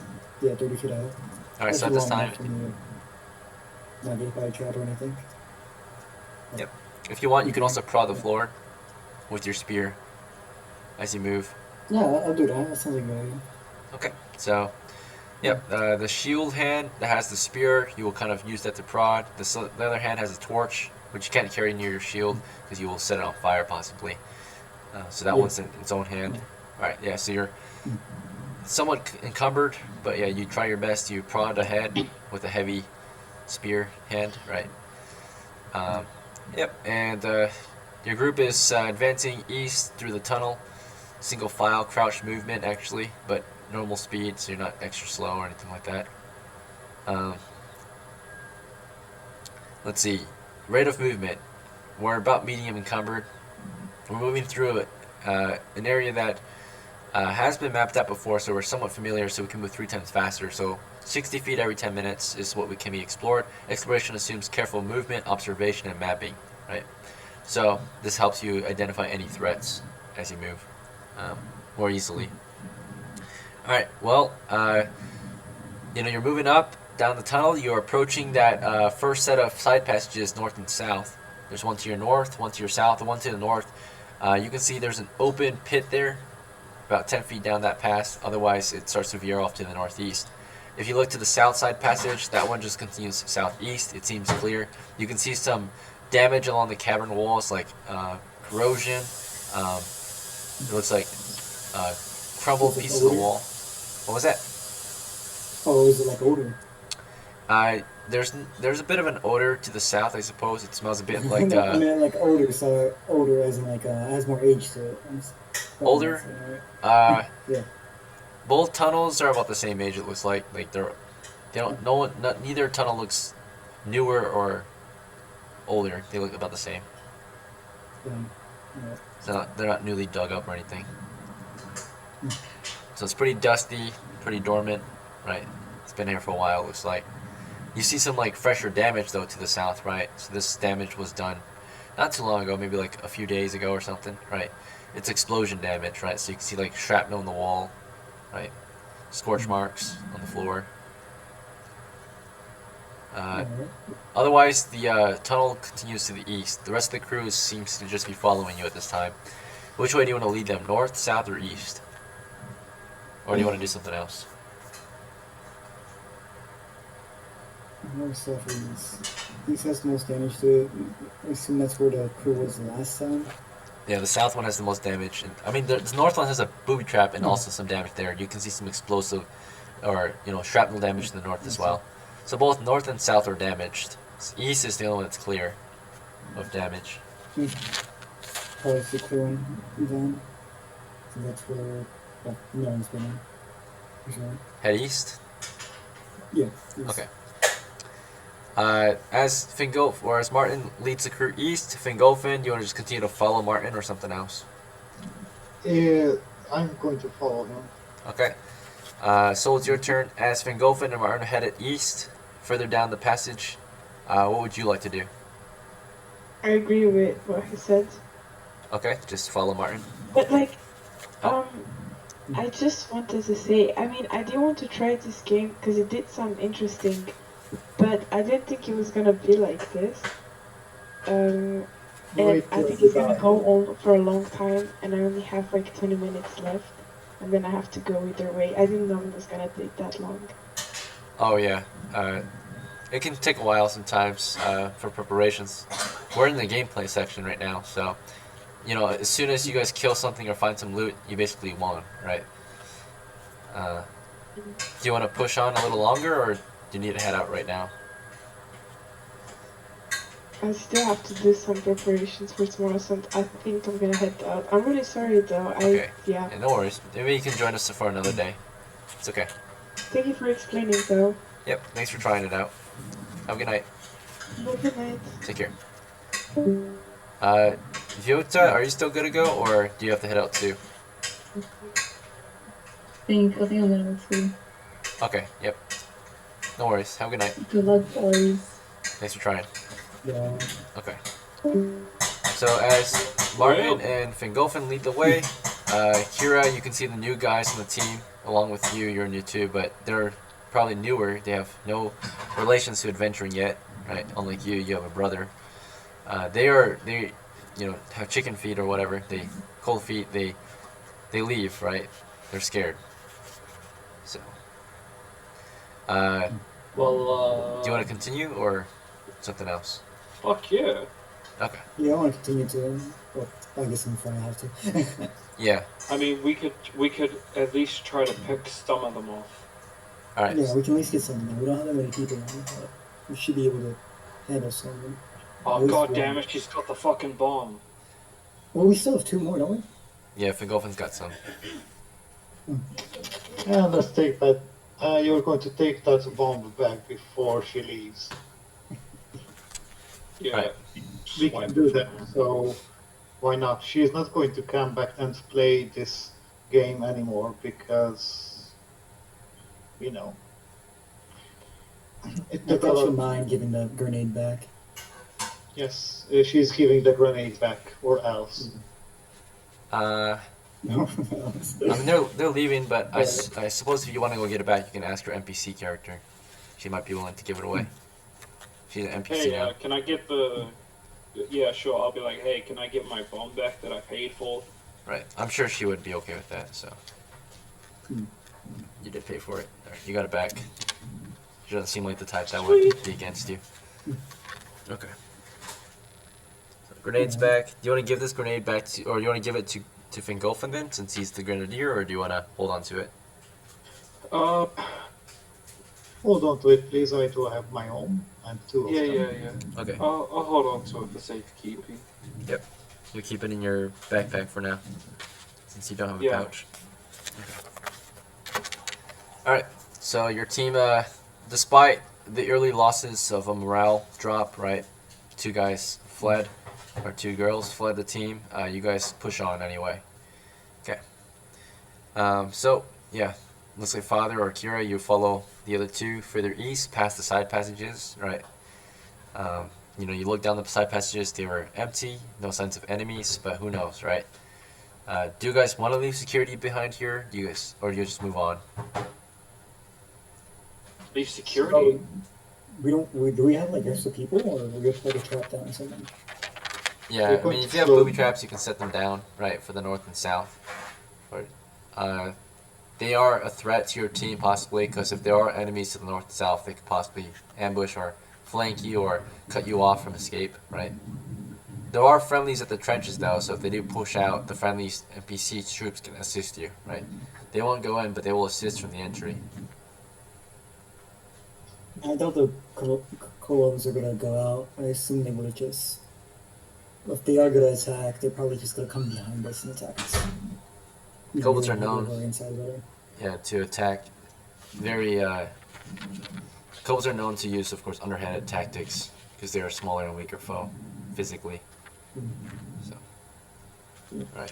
He probably did try to pick us off for this. So yeah, I you don't have any guys security. I can make this. just ignore the I don't north think and I have south. Okay. I can't. I don't think I have anything to put down. Yeah. Gargon and Fingolfin and Akira, do you wanna, before we proceed, do you guys want to do anything about the north and south passages, or just ignore them? Well, I'm going to follow him. Okay. Well, your team has made their way past them now, and the torchlight reveals the next area of the dungeon, which you're able to map out since you're moving carefully and exploring. You're moving at exploration rate. So as we proceeded to the furthest point which we mapped, we would be able to see about 30 feet up ahead. And this would reveal that the passage actually only continued for another 30 feet, or 10 yards further east. It's another 30 feet from what was last mapped. At the very end, there's a wooden door. And before the wooden door, there's an open pit trap, which of course prevents or denies movement to some extent, right? You can climb down and climb back up naturally. It doesn't look too deep, but yeah, you've mapped out the entire area now, right? So from this point on, you're looking forward, you're mapping ahead. You can see the far end of the tunnel with your torchlight, right? It's just a narrow 5 feet straight tunnel going east. It's got a wooden door at the end, a round wooden door, 5 foot wide, 5 foot tall. Yeah, it's painful in front of it. I don't think I have any planks or ladders. It sucks. Okay. If you think you need planks or anything like that, you could go out and try to get Is some, it right? How big is the pitfall? Who needs such crap? We can put a grenade into a small position under it. It's going to be a kaboom, and then we can go past it. And the second grenade is going to hit some of the small folk.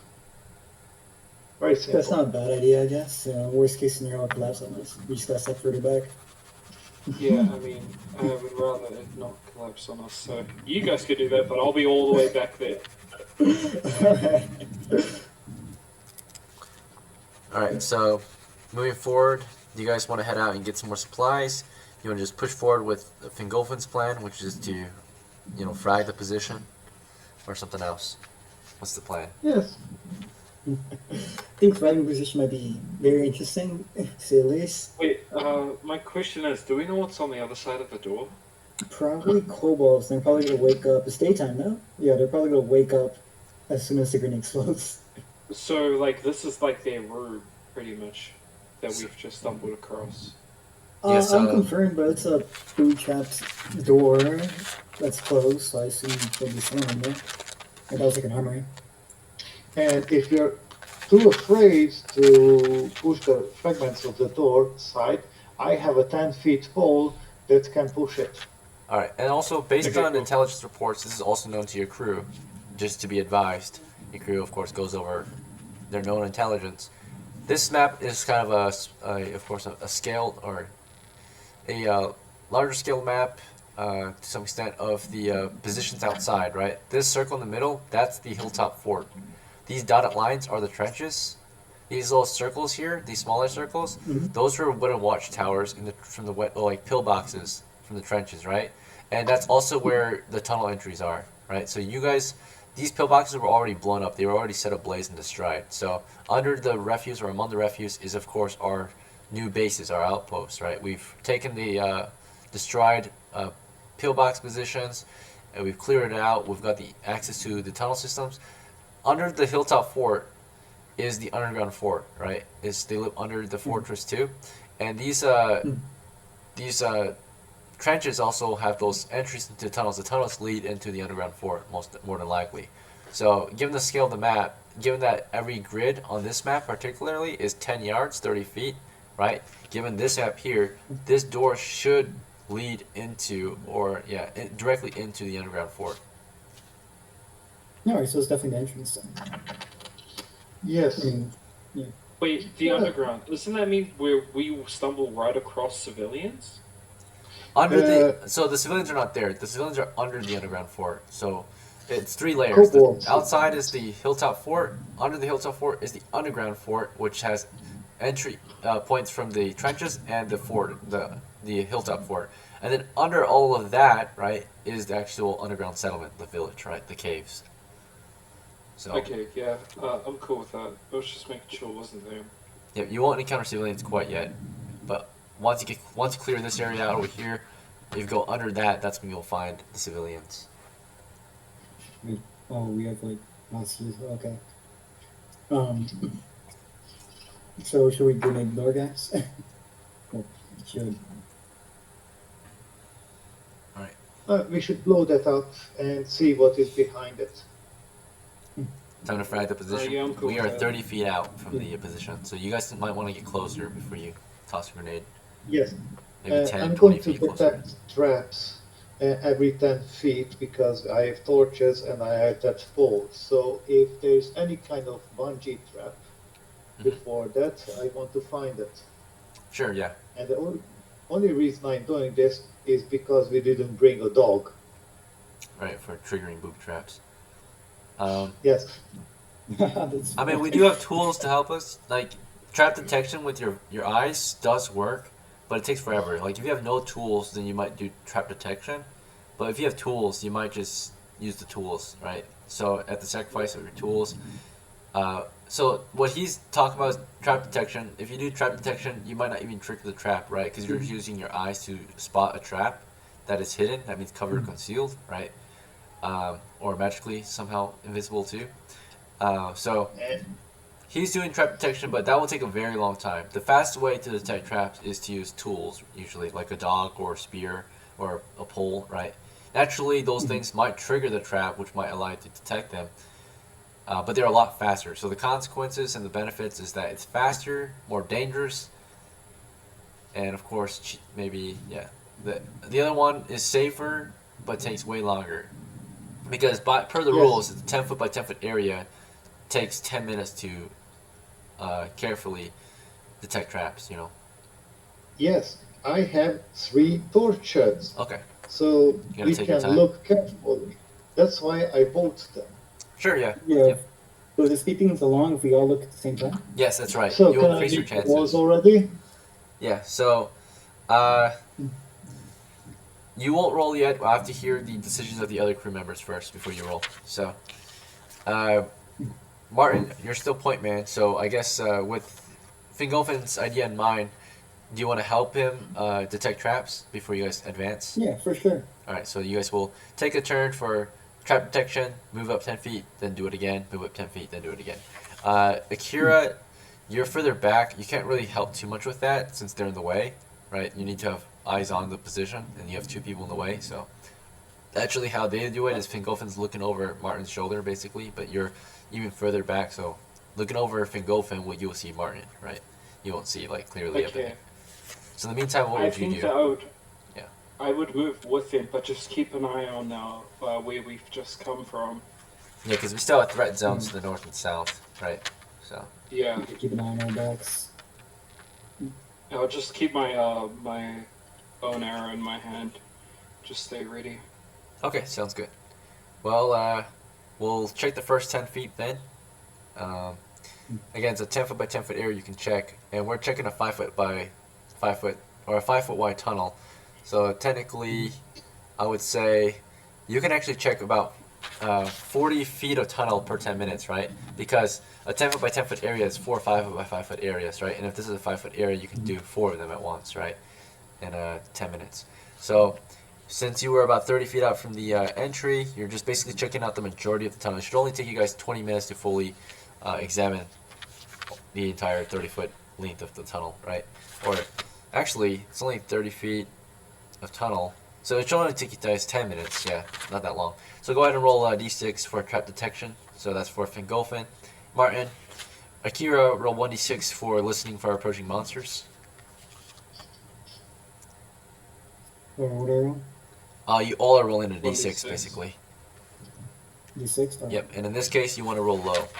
Low is better. Fuck. Low is better? Yep, for this kind of You roll. gotta be kidding me. This means you encounter what you were hoping to. So. I got a 2. Alright, so. 5. I have a 1. Alright, Martin. 5 and a 9? Adjustments from. Yeah, with adjustments, Martin. Alright. Whichever 0 adjustments, Martin. You got a 1. Or sorry, no. You got a 5, Martin, right? I got rolled a 5 and D6. Okay. Yes. So in the first 10 minutes, you're searching that 40 foot long, 5 foot wide cavern tunnel, and you don't see any traps, right? So that's it. That's all that means. Like you weren't able to detect any traps. So you're looking, trying to see past any kind of cover or concealment, like the dirt, trying to see if the dirt's covering anything, or if there's any like wire or something, right? Anything that's covered, concealed, or somehow difficult to spot, right? You didn't see anything like that. Fingolfin, you scored a 1, and you're pretty confident, naturally, probably, in your ability to detect something. But yeah, likewise, you looked. You were looking for any cover and concealment that might hide a trap. You saw none. Okay, so it's clear. Father, you were listening for monsters and such. What did you get? You said a 2? I got a 2. Yeah. Right. With adjustments, which I'm gonna double check the adjustments because you got a high intelligence. I'm not sure if intelligence affects it, but I'm gonna double check. Let's see.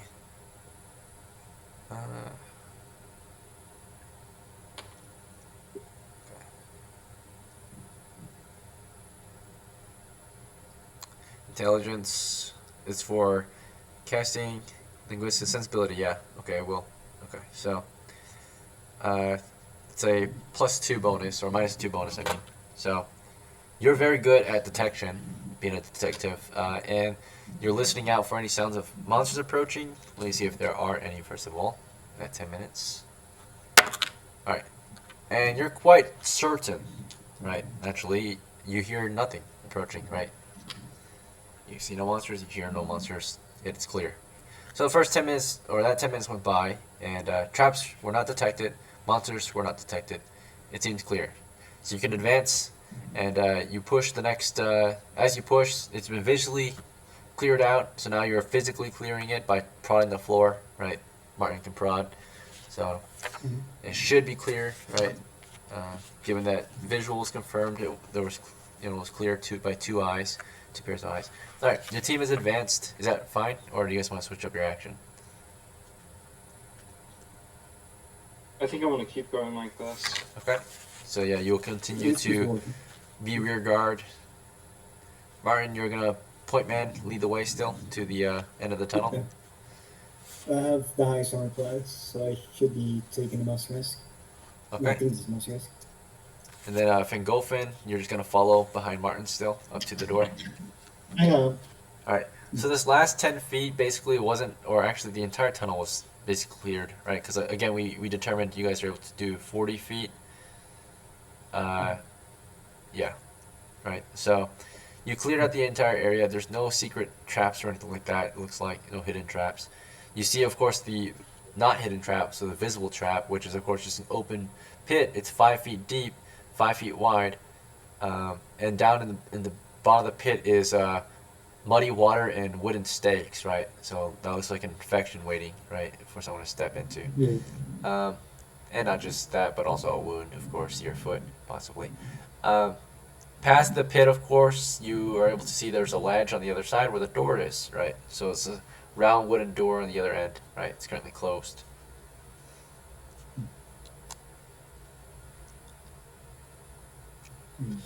Yep, so how would you like to proceed? So, I think we should just get started. Like to move back like a grenade, I guess. Engulfing. Yes, lighting that grenade is when we have a secure position for that grenade. Do we have any place to put it directly Next to the door. under? Yeah, so the door does have a ledge you can be on, so if you cross the pit or make your way across, there is like a ledge if you want to set it over there. Or if you want to chuck the grenade over there, you could, but it might fall off the ledge and into the pit, right? So if you don't want to risk that, you might want to have a way across the pit first to carefully place your grenade.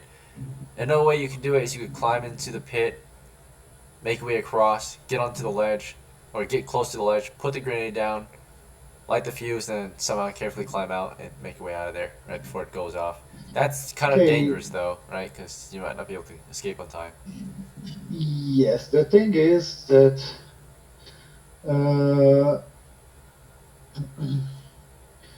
I need to secure a place for the grenade. Where should I put it?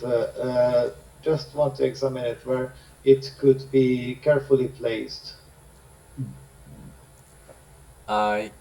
On the door itself, it doesn't look like there's anything that can hold the grenade, but there's the floor under the door, right, which is just a little ledge that you could stand on. Yes.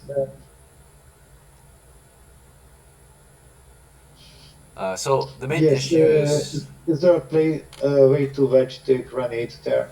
wedge it. I mean, Wedge it between the door and under it. Under the door, there's little to no gap under the door. It's a sealed off door. It's kind of dirt, right? Yeah, you can dig out the dirt, bury the grenade a little bit.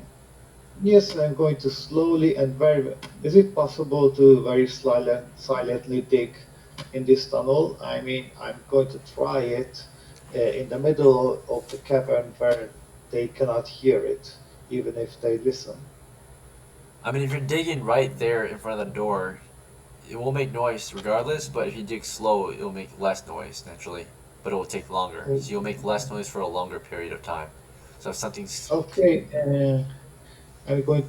So just 1 minute, half a minute more. What do you think, guys? I think it's a good idea. We should probably secure it. Oh, go ahead. I'd like to know what time it is. It is about 08:30, so your candle's still good. Your candle's still good. The torch is decent still too. 08:30, so that means it's still morning, right? Yes, it's daytime. It's 8:30 in the morning. Okay, cool. Yeah. Okay, I just wanted to double check.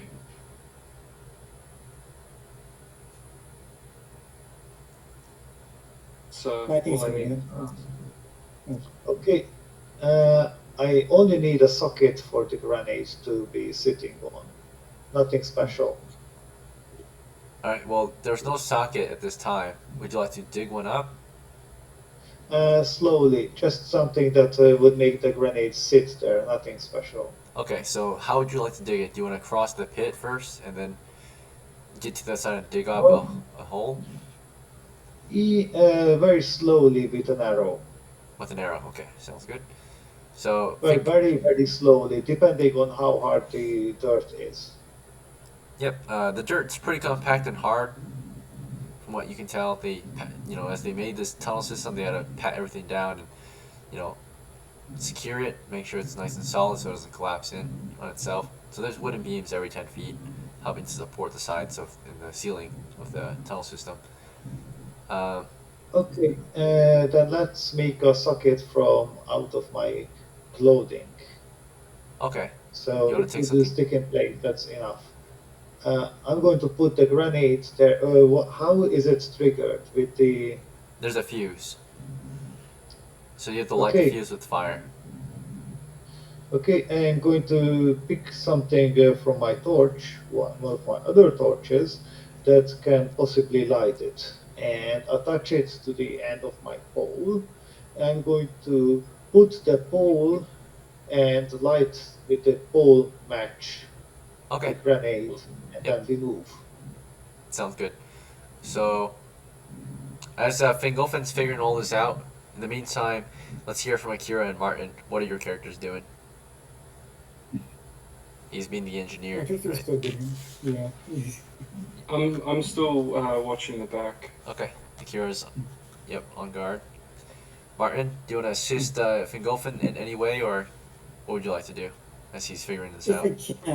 I can help him out, I would. All right. I mean, But how would you like to help him I don't out? think You know, that's the main thing. I don't really know how. He seems to have everything under control. Yeah. more or less. he doesn't seem to request any assistance. Yeah. You are going to listen for kobolds. All right. I guess I'll do it. Okay, and you're going to have another grenade in your hand and wait for a match. If you hear something, anything that they're going to throw something, then you to throw, and you watch and learn. All right. So, All right. I'll pay attention. I'll have a grenade in my hand. I guess I gotta put on my shield and spear, yep. and hold my torch and grenade in my hand. Sounds good. Do you want to wait further back then? Like go further Yeah, away a from small the door? bit. Maybe like 15, 20 feet away? Yeah, I don't want to get caught in the explosion of the first grenade. All right. Yeah, That way yeah, you leave some space for Martin or Fingolfin to retreat as well to Yeah. safety. So, Martin, That's yep. fine. You set your gear to the side, about 15-20 feet away from the door. You know, Yeah. Fingolfin, you made your way down into the pit carefully, right? You carefully climb down. You get to the other side. You like avoid the spikes. You're walking through the water. It's if you have sandals, your feet could be exposed to infectious water. Fortunately, oh, let's see what you were wearing. You have you're wearing shoes. Okay, so you're doing it right. Water does maybe get into your shoes, but you know you got your whole feet is kind of covered by leather. Yeah, so you safely cross. Your feet don't get cut up or anything like that. So the main threat is that your feet get cut and then you got infectious water down there. And as you walk into the water, by the way, it smells like shit and piss. That's what it smells like, right? So that water that water is actually not water. It's more than just water. It's actually piss and shit, right? So it looks like a sewage system. If you look down there, you can see like in the eastern side of it, like their side of it, there's like a drainage, right? So if they had shit and piss in their fort, it like flows down into this pit. Does that make sense? Yes, they're just kobolds. It perfectly makes sense. Alright, so you're walking through their shit and piss. It smells like dog shit and dog piss, right? That you walk through. The disease is a really easy way to die in this game. So you're exposed to some disease. If you have an open wound on your foot, you will get infected, right? Otherwise, you just gotta wash your feet later. Okay, you cross through, you get to the other side, you take your arrow out, you start digging into it slowly and carefully for a place to put your grenade into. And you said you wanted to use some clothes? No, actually, no. That was the first plan. Plan 2 is actually use one piece of my clothing to make a place for the grenades. So, okay. So what clothes do you want to so take that off? is- You want to take off your tunic, your shoe, your belt? Part of my tunic.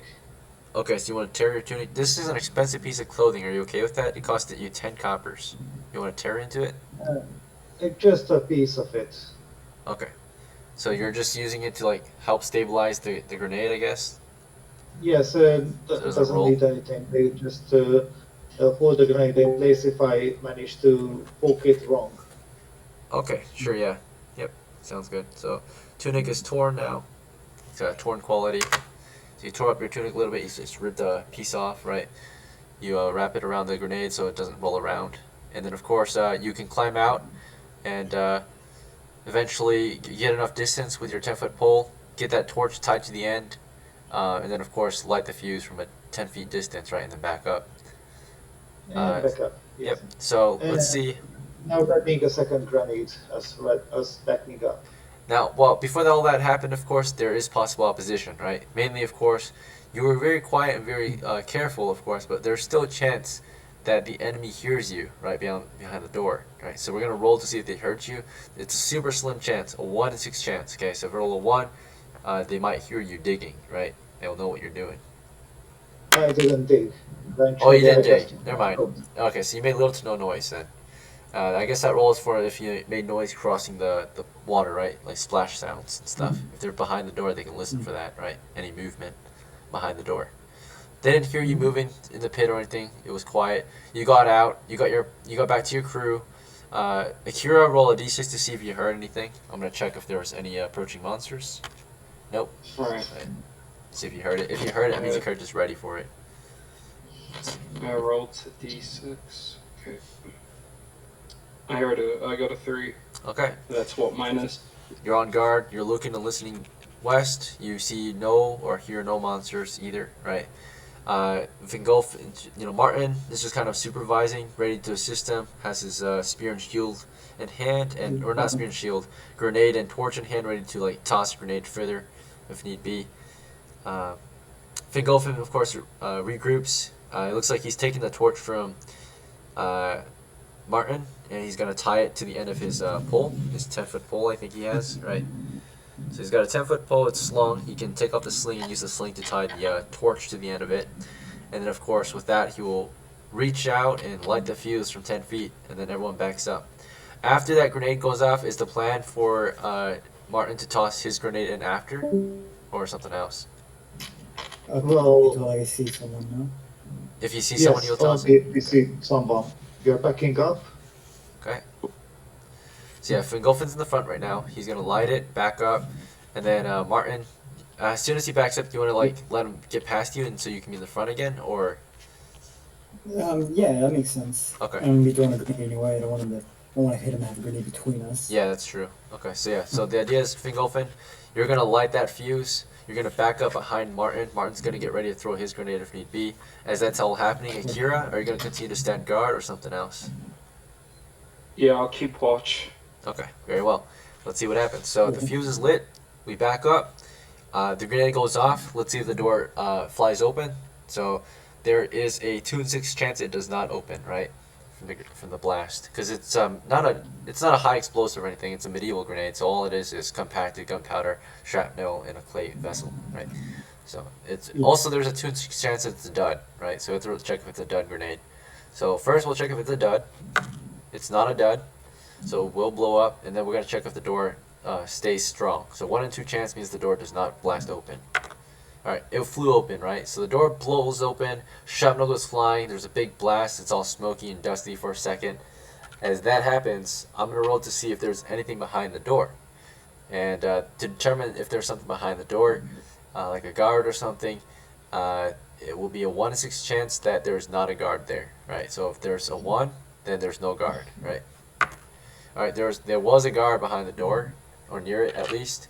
And as soon as the door blew open, you saw like the door smashed open. You heard like so you kind of saw something get blown back into the cave. That was 1 kill immediately. There was a guardsman waiting behind the door, right? He probably was waiting for you guys to open it. He was probably not paying attention. Maybe he didn't even know you were there. Who knows, right? But there was definitely someone behind the door waiting, right? Listening, maybe. Who knows? And he got blasted back, right, as the door blew up. So you got a free kill right there. Kind of free. Oh, El Bozo. And then, of course, inside or beyond the door is this huge, round, cavernous chamber with a wooden tower in the center. This is familiar to Fingolfin, right? You've seen this before, but from a different side. So that wooden tower is there. You're in this open cave beyond the door. You killed a kobold just now. That's the only enemy you see at this time, right? There was just a single kobold waiting behind the door, just listening, right? He was on a patrol shift or something, right? He just listened behind the door, and he got blasted back, right? He didn't really realize that was going to happen, but yeah, the door gets blown open, and he gets blasted into the cave, right? Back into his cave. So that guy is definitely dead. 12 out of 13. Yeah, that's right. The estimated enemy size has dropped to 12. You guys report, quickly annotate that. So, roughly 12 enemies should be left to defend this position. Alright, so with that in mind, with 1 free kill right there, look at this cave. We can take the opportunity to push and charge, right? Or we can withdraw. What's the move? Charge in before they see what the hell is happening. I got a grenade. Oh wait. No target in sight yet, so you might want to save it, or you can throw it anyway, right? But it might be a waste. No, don't throw it. Yeah. Charge in with a shield here. And got my spear and shield. Alright, you want to pass out the grenade and torch then to Fingolfin? He can quickly put his sling in, or his pole away, and I mean, he has the torch currently, actually, so it's on his pole, right? He's got a pole torch right now. Okay, so at this time, you have your spear and shield. You'll rush in there. He's got the pole torch in one hand, and then Fingolfin, what else do you want to equip? Because you got the you want to take a grenade, right? You want to take a second grenade, or? Okay, I'm going to take a second grenade, re-equipping the torch, leaving the pole here. Okay, yep, so the torch is a lot closer, right, so you can actually light the grenade like nearby, right? Okay, let's charge in and see what is happening. Sounds good. Please shields. Shield man. Akira, are you going after them? Do you want to stay back and fight security or something else? No, I'm gonna go with them. Sounds good. There's nothing that's in the cave. I'm moving with them. Good to go. Your whole team pushes forward into the cave now, right? So you're advancing. At this time, you're doing combat rate. It sounds like you're not going to explore anymore. So you're no longer carefully mapping, moving, and observing. You're just moving, right? So that means you're just able to see and move, right, and not map, right? You're just moving through an area, rushing it. So I'm just going to describe to you, but not into detail. Not going to draw it out for you or anything, right? Just going to tell you the situation, and you're going to take action. So you're in a cave now. You ran into a cave, or up to a cave entrance. The end of the tunnel is a cave entrance, right? So you had to climb down into a pit. You had to climb right out of it and enter the cave beyond the door. It's all dusty, and the first one into the pit and out is Martin. So Martin, while you were in the pit though and climbing out, you were under fire. So you had to bring your shield up to protect yourself. Stones came hurling down toward you, right? You saw them. Or at the beginning, I'm going to check if your character was surprised or not, because they possibly could have surprised you while you're in the middle of climbing. I mean, you do have a shield in hand, but yeah, and you were in the middle of climbing down, so you possibly can get hit while you were climbing. So I'm going to roll to see if you were, or actually, what would happen here is more so speed, reaction. So you can roll initiative. If you roll high enough initiative, you would climb down faster than they might be able to shoot you. And then you can block, of course, if you climb down faster than they can shoot. So roll a d6, you're competing against enemies' shooting speed as they see you climbing out, right? Essentially when you're climbing out, you can't fully protect yourself. You kind of like have one hand with your shield up, the other hand to help push your weight up. Sorry, that is a 5x5 hole in the ground. I mean, it is 5 feet above, the ceiling. We cannot climb. The way that this is structured is here's our team moving in from the west, and let's say this die here is the enemy tower, right? Well, before we could enter the cave, right, we had to climb down into the 5-foot pit and out. So if they were on even ground with us, they might not see us, right, or only half our body. But the idea is that they built it in a way where if anyone were to climb down into the pit and then out of it into the cave, they can actually see them from the tower, right? So they have arrow slits in the tower.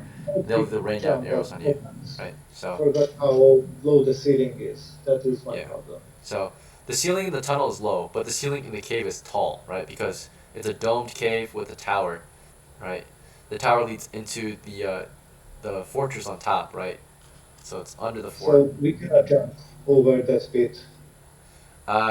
It's a 5-foot pit, but the tunnel's only 5 feet wide. So if you were to jump, you would most likely hit your head and then fall into the pit, right? So that's where you had to climb. It's a bit narrow, right? So if you're a kobold, you might be able to do that, but as a human, you can try to leap 5 feet into, so not maybe jump, but like dive 5 feet across the pit, but there's still a good chance, you might just like dive into the pit, like your lower half might enter the pit. So, and plus you would enter the cave prone then, right? You would dive in, prone, get shot, right? So, yeah, right now your team is just climbing down, climbing back out. So, the guy under fire, right? He was fast. He quickly brought his shield up as one hand on the shield, one hand climbing, right? It's probably spear and shield in one hand, using the other hand to support his weight as he climbs out of the pit, providing cover for himself and his crew as they enter into this cave system, this large cave, just a large round cave, with a tower in the center, 20-foot wide, 20-foot long, wooden tower in the center. We're under fire from the arrow slits, right? I have view over our position. Shooters count totals from this side. We have at this time 2 shooters on our position, so they're firing at this time. Neither are hits, right? So you quickly just tank those shots with your shield. You climb out, and you start rushing the tower. Naturally, the arrow slits only allow them to see further away from the tower, right? Once you close the distance on the tower itself, they can't properly see you anymore, right? Because they're too high, based on the angle, right? Unless they've got arrow slits lower in the lower levels, but yeah. So you're as soon as you climb out, you want to just charge to the tower and close the distance, right? Or something else. I think that might be best. If I close the distance, like you said before, they won't be able to attack me much unless they have arrow slits on there. And I won't know if they have them or not until I get there. Right. So on top of that, I believe that's our goal right there, to get as close as possible. Right. So I think the main goal for this crew in this area was to close and strike enemies, but in particular, since this is a fortified position, is to infiltrate the position or destroy the fortress somehow.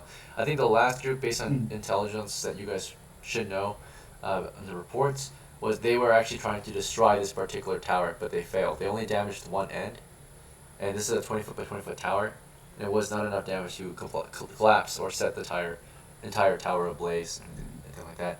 So yeah, you're closing the distance. You're rushing, right? You got your shield above you. Hopefully your crew members can follow you and you can protect them during the approach. Yeah, wait, should I wait for them so I can try to cover him? Or? Yeah, you can cover them while they climb out. So you'll just hold the line. They'll climb out one at a time, right? So, yeah, every single time that one guy has to climb out, you're just receiving fire. So it takes 20 seconds for them both to get out, right, while you try to cover them.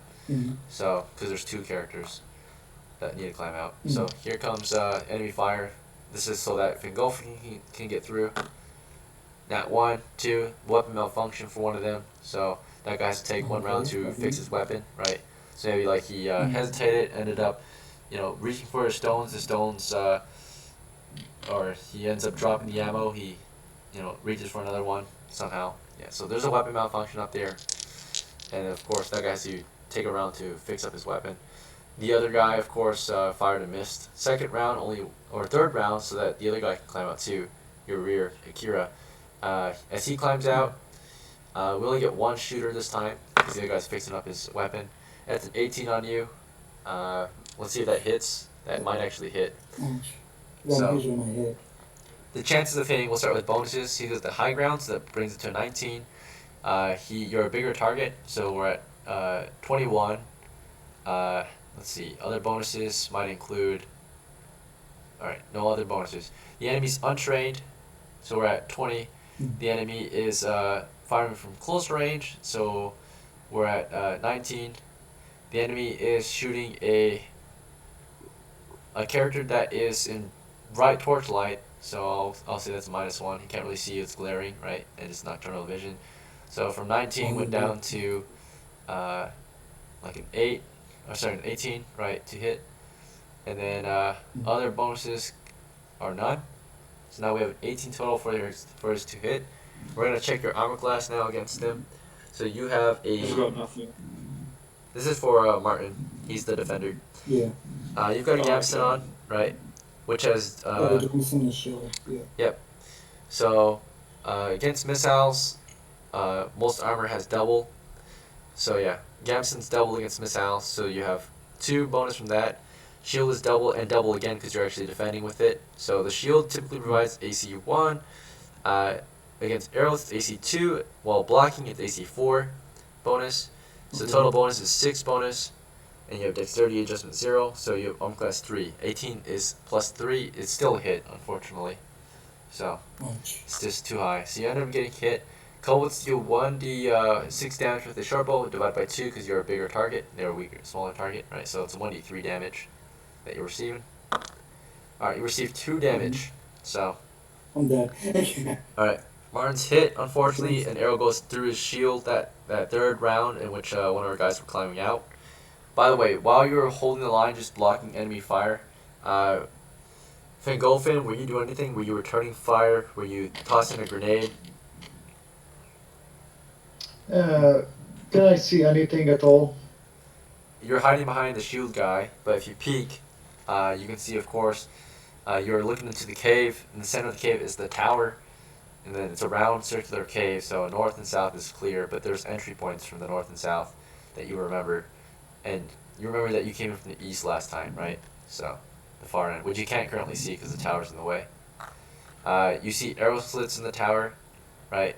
Every 10 feet there's like arrow slits, and then of course that's it. Yeah, the tower's just this wooden tower with arrow slits. About like it's 20 feet by 20 feet. Every 5 feet there's a slit along, widthwise. So there's like 4 arrow slits, basically on each side of the tower, and then of course every 10 feet or so there's another arrow slit, right? So. Okay. Is my partner alive and only on 0 hit points, or we'll find out soon. He's not dead yet. So before he died, though, is why I'm trying to figure out what you were doing, because he was able to protect you, right, and not die when you were climbing out. The thing is, when the third guy climbed out and he was still providing cover, that's when he actually gets shot, right? So when Akira climbs out, that's when he gets shot. So we're trying to figure out what you were doing while he was protecting Akira, basically. So when you were already out of the pit and Akira was busy climbing out, what was your character doing? Well, I think I cannot provide cover fire because those are arrow slits. Yeah, it's really hard. I'm looking onto where arrows would be coming, and that will make a perception check. But I don't think that matters now because it is man down. Yeah. So, So is your plan to just pull him out of so, there, or something else? so that my action for the turn is actually wasted because I had to wait my partner to leave. Okay. Now we have to evacuate as fast as possible. So Yeah, first priority thing is survival over everything else. we are going to climb through the uh, spike pit backwards, Okay. protected by the shield, and we are going to carry our friend with us and run away as fast as possible. All right. That's it. Sounds good. So before we go into that, though, we're gonna. I know Kira was in the middle of climbing when, of course, our guy got shot. Martin, at 0 hit points, it's not actually death in our game. Our house rules that if you die or if you get to 0 hit points exactly, you're considered on death's door, so you're dying, right? So what you will do instead is you're gonna roll on a saving throw versus death to either stay conscious or go unconscious. If you fail, you go unconscious, like you black out. No one knows that you're dead or dying. If you pass, you're downed, you're dying, and you can be saved, and you can still take action to some extent, right? Just at a penalty. So, Okay. first you're gonna make a saving throw. So D20, and you're rolling against death. That's Yeah. right. Yeah. Bonuses are coming from Constitution. All right. Oh man. You have 11 Constitution, so you need a 12 or higher to pass. Or no, you need a, fuck. I think you need a 14 or higher. You're a normal man still, or unclassed. So roll a D20 when ready. Good, bro. I got it too. Alright, so that means you blacked out. So you got shot and Yeah. you're not dead, you're dying, but you're not conscious anymore, right? I'm not So conscious. Yeah. so let's see where the arrow hit. We're gonna choose the target. It was in the body. Okay, so you end up getting shot somewhere that would knock you out cold immediately, somewhere lethal most likely. You're not dying. You're not dead, but you're dying. So you probably got shot in the lung, right? So as soon as you got shot in the lung, your breath went out and you went into shock, right? As soon as that went down, your brain seized and you just like blacked out from the amount of pain you just suffered, right? So an arrow went through your lung, you're bleeding out, right? Chances of survival are super slim, but you're not dead immediately at the very least, right? So you are dying.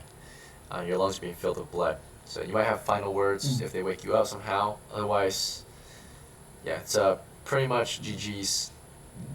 Yeah. Well, there goes Martin. Alright, poor Martin. No, that's fuck. So So there's very slim chance of survival here. If we have bandages, you can stuff it, right? You can technically survive on one lung, right? But it requires proper surgery, right? So Yeah, I don't think we have venturing after that. I'm not gonna lie. So yeah, I it was think a action will be wasted on me. You guys do the best you can. high risk, high reward. So our shield Yeah. guy is down. As soon as he went down, it sounds like Fingolfin, you were trying to grab him or grab his shield to provide cover, right? Do you still want to do that, or do you just want to retreat? I don't know if he's dead. I prefer that I'm bringing him back alive. Yeah. I don't know. I don't have That time would to be confirm. the lawful action. Yeah. Okay, I'm carrying the shield. You're carrying the body. We're moving back the same time. Okay, so you grab his shield, Akira. Do you want to run out of here, or do you want to grab his body and drag him out? Now, if you decide to stay back, you are risking your own life, right? But if you get out of here alive and do the right thing, you will gain honor, right? So you'll become lawful. Because in our game, Yeah, alignment something is like it. right. Yes, I'm covering you with a shield. Thank you. Yeah, I'll okay. take it. Okay, I'll grab him. drag his body back. Okay, so yep, under the enemy fire, Fingolfin quickly grabs his shield. You start to grab his corpse or body. You don't know he's dead yet, but he looks dead, and of course, or he's at least dying.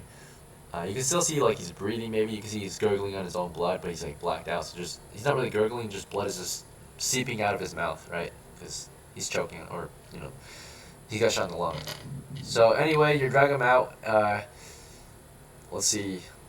Fingolfin, of course, you're blocking. So you're the target of the enemy fire. So let's see if you get hit as you, defend your crew on their way out.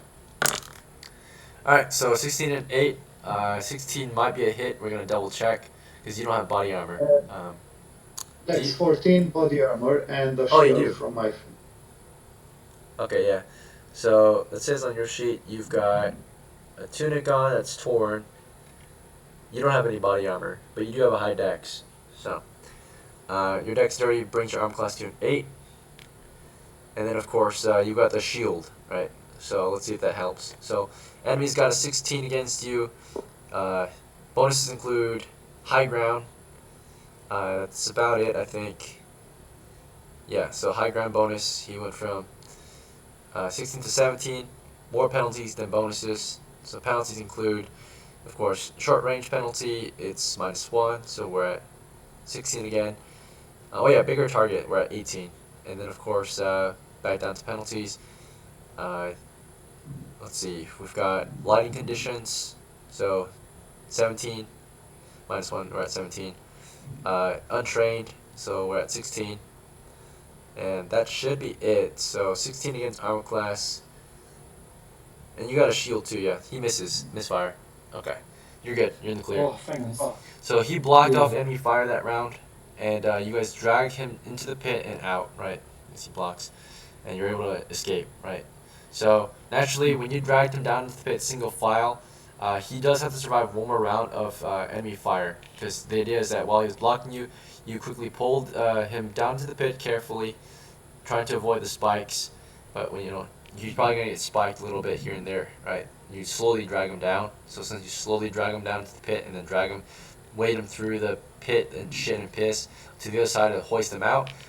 The other guy still had to climb down in and then climb back out. And while that was all happening, he gets another round of enemy fire, right? It's not that quick. So, all right, 8 and 5 still misfires. So he you got out and in the pit. He gets in the pit with shield above him, takes fire, climbs out. We're in the clear, right? So enemies fire, rain down hell on your crew. Fortunately, you made it, right? You had one enemy killed, confirm. You got no loot because you had to withdraw from the position, right? Fortunately, XP wise, that enemy we killed today, it was only worth 5 XP. So there's only 3 of you. I don't know how you guys want to split that. That guy was kind of Well, I'll worthless. just I'm gonna be honest here. Alright, so it might not be good for Martin to take since he's already dead. So Fingolfin or Akira, do you guys want to just split that? Maybe 3 Fingolfin, 2 Akira? Yeah. No. I would give 3 to Fingolfin. You took more risk than I did this mission. Okay. So 3 Fingolfin, 2 Akira. It's Okay. not for that. I should have ran. I think we were in a rough position Yeah. to start with Disadvantage. that hole. Alright. Yeah, that was good. Playing their cards had them down with your points. Yeah, I guess the only main solution against enemy fire is bigger shields. Higher armor class. There was one character that brought a Pavis one time, I think. I don't know if your crew had a Pavis. The Pavises are super good against enemy fire. Okay. Yes. So is there a chance he lives? Yeah, so when you drag him out, you can immediately perform surgery on him. So let me check how to perform surgery on an open lung. Let me double check. Or a wound to your lung. So, how to I save trust you guys. someone Yes, got one must shot. put the arrow through, then Lung. cut it from its head. Then both of its parts can be pulled out in the same place. So a person can function with one less lung, even with 2 less lungs. The problem is that the thing got saturated with the patient's own blood. That's a problem. That cannot be fixed. So the wound has to heal naturally. Inside the lung, those are these small bubbles where the blood is flowing through there's a filter where, depending on the pressure of the oxygen, the air, it is getting mixed into the bloodline. So let's say that those places have capillaries and not blood streams. Those are very small. So they cannot cause heavy bleeding, except for the arteries that are all inside and around the lung itself. Those when hit are going to cause heavy bleeding, and depends how much blood is gotten into the lung. The things can vary, and since it's an arrow wound, there's no real uh, knowledge on what has happened inside. We can only predict on how much he's coughing up. So if he's coughing up a lot, then he might suffocate on his own blood because it's trapping the pathway of the air. So person needs to be situated in a way that they do not. I mean, the airways are not clogged up. That is one thing. I don't know how much time this will take. But then the patient has to rest and the body has to heal itself and has to be fed something that would replace the iron in the body. So like tomatoes, meat and stuff, lots of resting and lots of water. If you lost too much, then it's over. Game over. Alright. Alright. First, pretty surprised to know all that. And second, in short, does he let him die? Alright, so I think for now, the main thing you gotta do for now is to, of course, cover that wound up somehow, right? So, yes. Yep, cover the wound, which for wound coverings in medieval times, you might want bandages. Let's see. Did I rip off a part of my cloak to make sure that it could act as a bandage? Well, your clothes are dirty, so you would cause infection. That's why bandages are important, because they're clean. You can still use it, but it could, at the very least, it could help maybe stop bleeding, right, from the opening on the wound. But of course, let's see if anyone has bandages that might save us, right? So. Maybe the soldiers have. Yeah, if you drag them out, maybe the soldiers can treat them, right? If you get them out of there soon enough. Yes, So. that's the thing. So we are running as fast as possible. Maybe the best course of action. Okay, we have to put him into a stable position. That's a thing. He needs to be given clean water, and he has to be fed. One way to be fed. Okay, so we've confirmed dragging him back, right? Yeah, so you drag him back. He's got a collapsed lung, which is the injury he's suffering from right now. So for that, it looks like you have to keep it open. Keep it open. See, intentions, a lot of air between the chest and lungs. So, will develop a dangerous low blood pressure and likely die. Let's see, okay. It doesn't really tell you how to treat it. Let me see, how to treat collapsed lung. Usually that looks like that. Most airtight just send it to most schools. Well, kind of. So we have to keep it. Alright, yeah, I've been seeing it. It says that you need a needle or chest tube. Will be used to remove the excess air. Okay, I think I have to go now. Bye. Oh, okay, you have to head out in your life. Thank you so much, guys. Thank you. I don't have any medical studies, but I gave you what I could. Yeah. I rolled, I think, very high on this intellect check. Sure, yeah. Okay, so Fingofen has an idea of what to have done, but overall, I don't know. There's not much we can do about it, so... Kira would be taken out.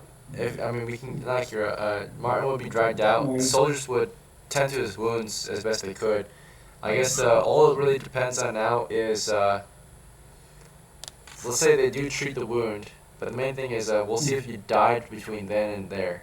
So, because there's a chance you already have died before you got there. So you had an open wound, and you have to make a saving throw to see if you bled out and died or choked in your own blood before you got medical treatment, right? So, it's just another saving throw versus death. Now, if you pass, you will survive, but you will have a permanent injury, which is a collapsed lung, right? So only one of your lungs work, right? After this. All right. D20? Yeah, D20 when ready. Constitution adjustment. Okay. Martin. 13. 13. 13. It's All right. fine. No adjustment. You need a 14 or higher to pass. So that means that yeah, you died. So. That's unfortunate. Yeah, it was a low chance of survival.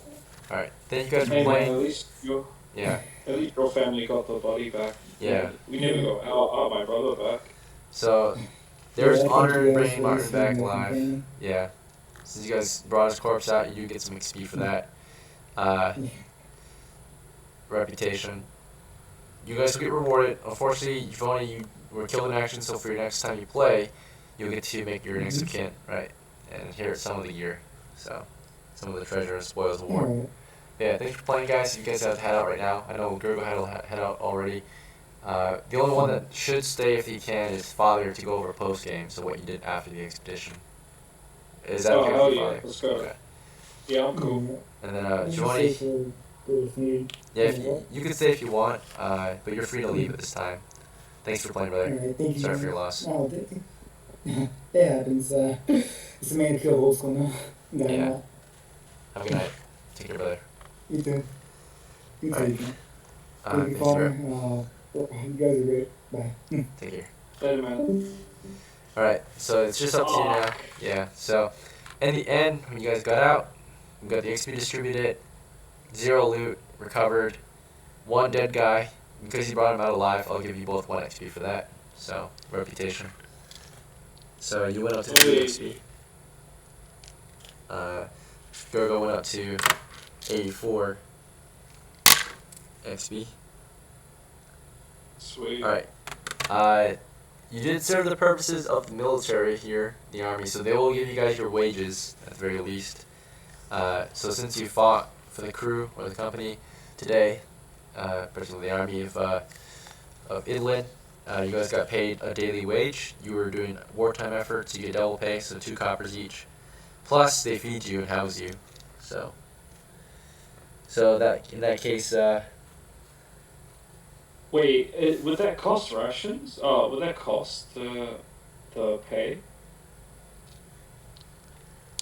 see, were you at 0 coppers, right? Or No, I No. had 13, 13? I believe.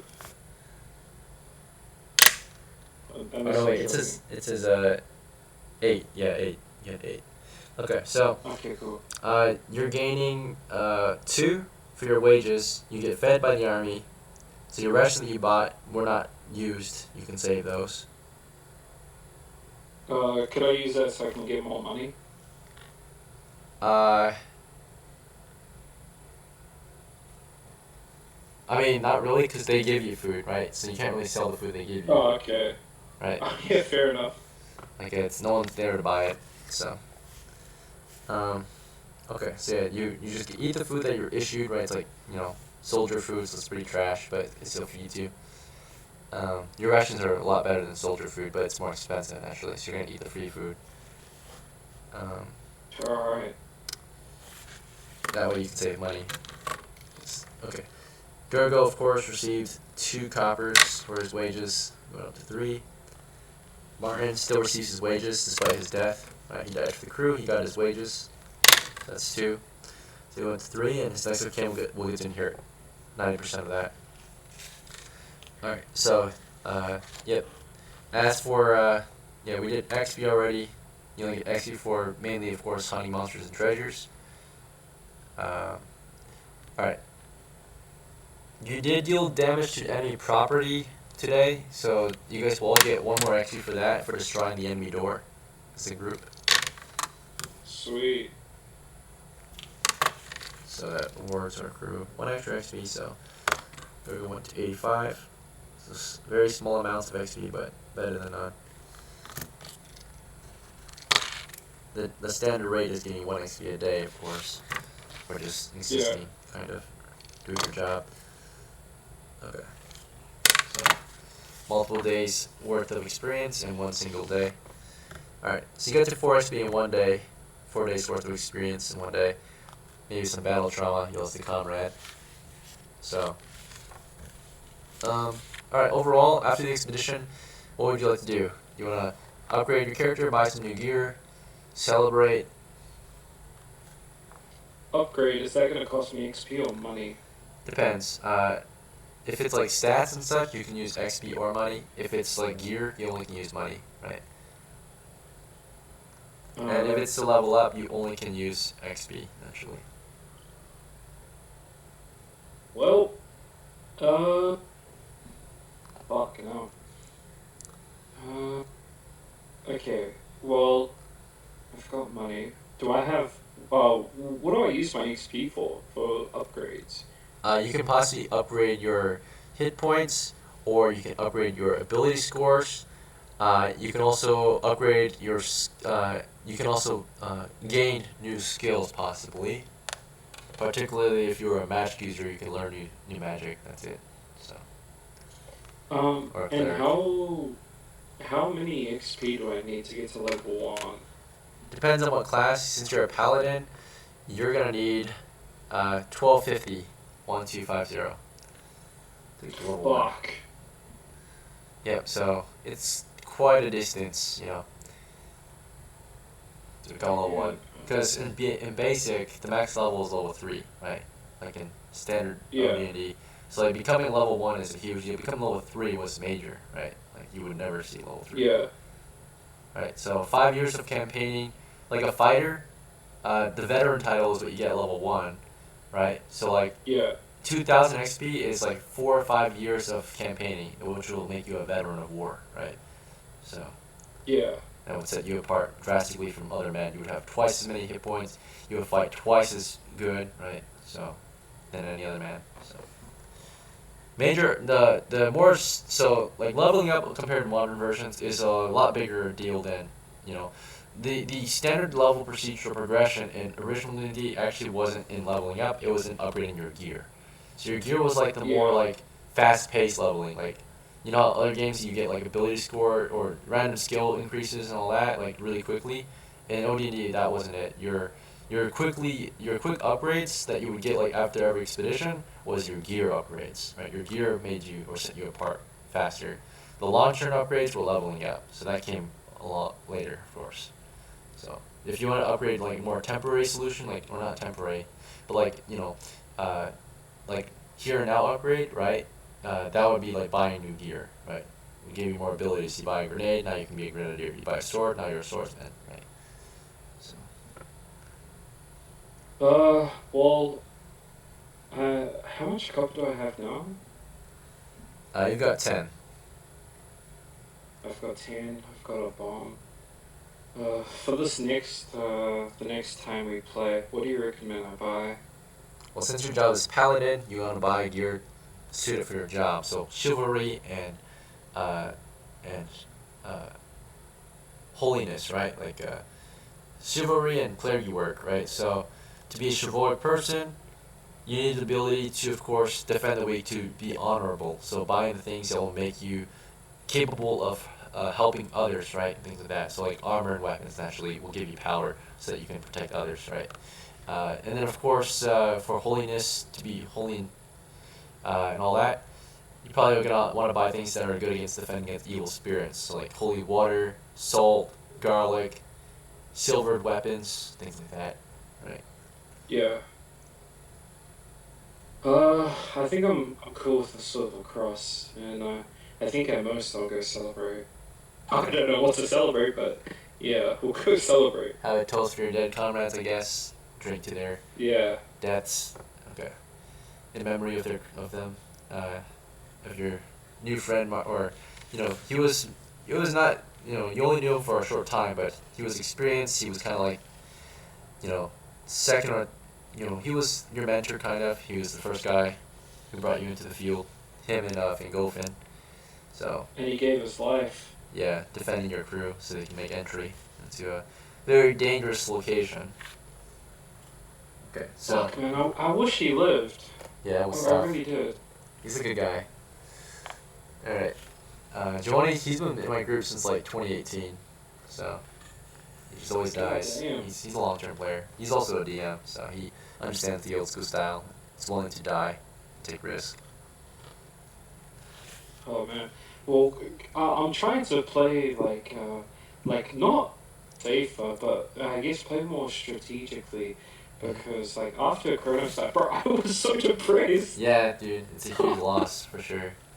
After all that Because effort. like, yeah, and I felt like the way Kronos had died was so pathetic, and I never got to reach the goal that I wanted for him, was that for him to be king. So now I got to get this guy to be king. Those are golden words. A lot of like old school gamers, like early on, that like get really invested in old school style, they all say the same things. And they all die miserable deaths, like very anticlimactic deaths. A lot of the OG leaders that we had in the past. If you like watch my past streams, there's been many golden players, like cycles of leaders and leadership characters, right? Who have like characters like yours, like Kronos, that were like leaders of the crew. Like we had this guy named Damon once. He like always led expeditions, and he died in a very anticlimactic way. Like he got blasted by a cannon because his troops didn't fall back in time, so he was just in the very front being point man, and his guys were, not ready for that. They opened the door, and he got shot by a cannonball and went right through him, and that was it. Fuck. There's a lot of anticlimactic deaths for our whole, yeah. Because like the first time, like Yeah. after the first time we played, I was like really invested. I was like, okay, and then like once I learned that there was a king, I was like, I reckon I could become king. Yeah. And my guy was doing so well, but fucking hell.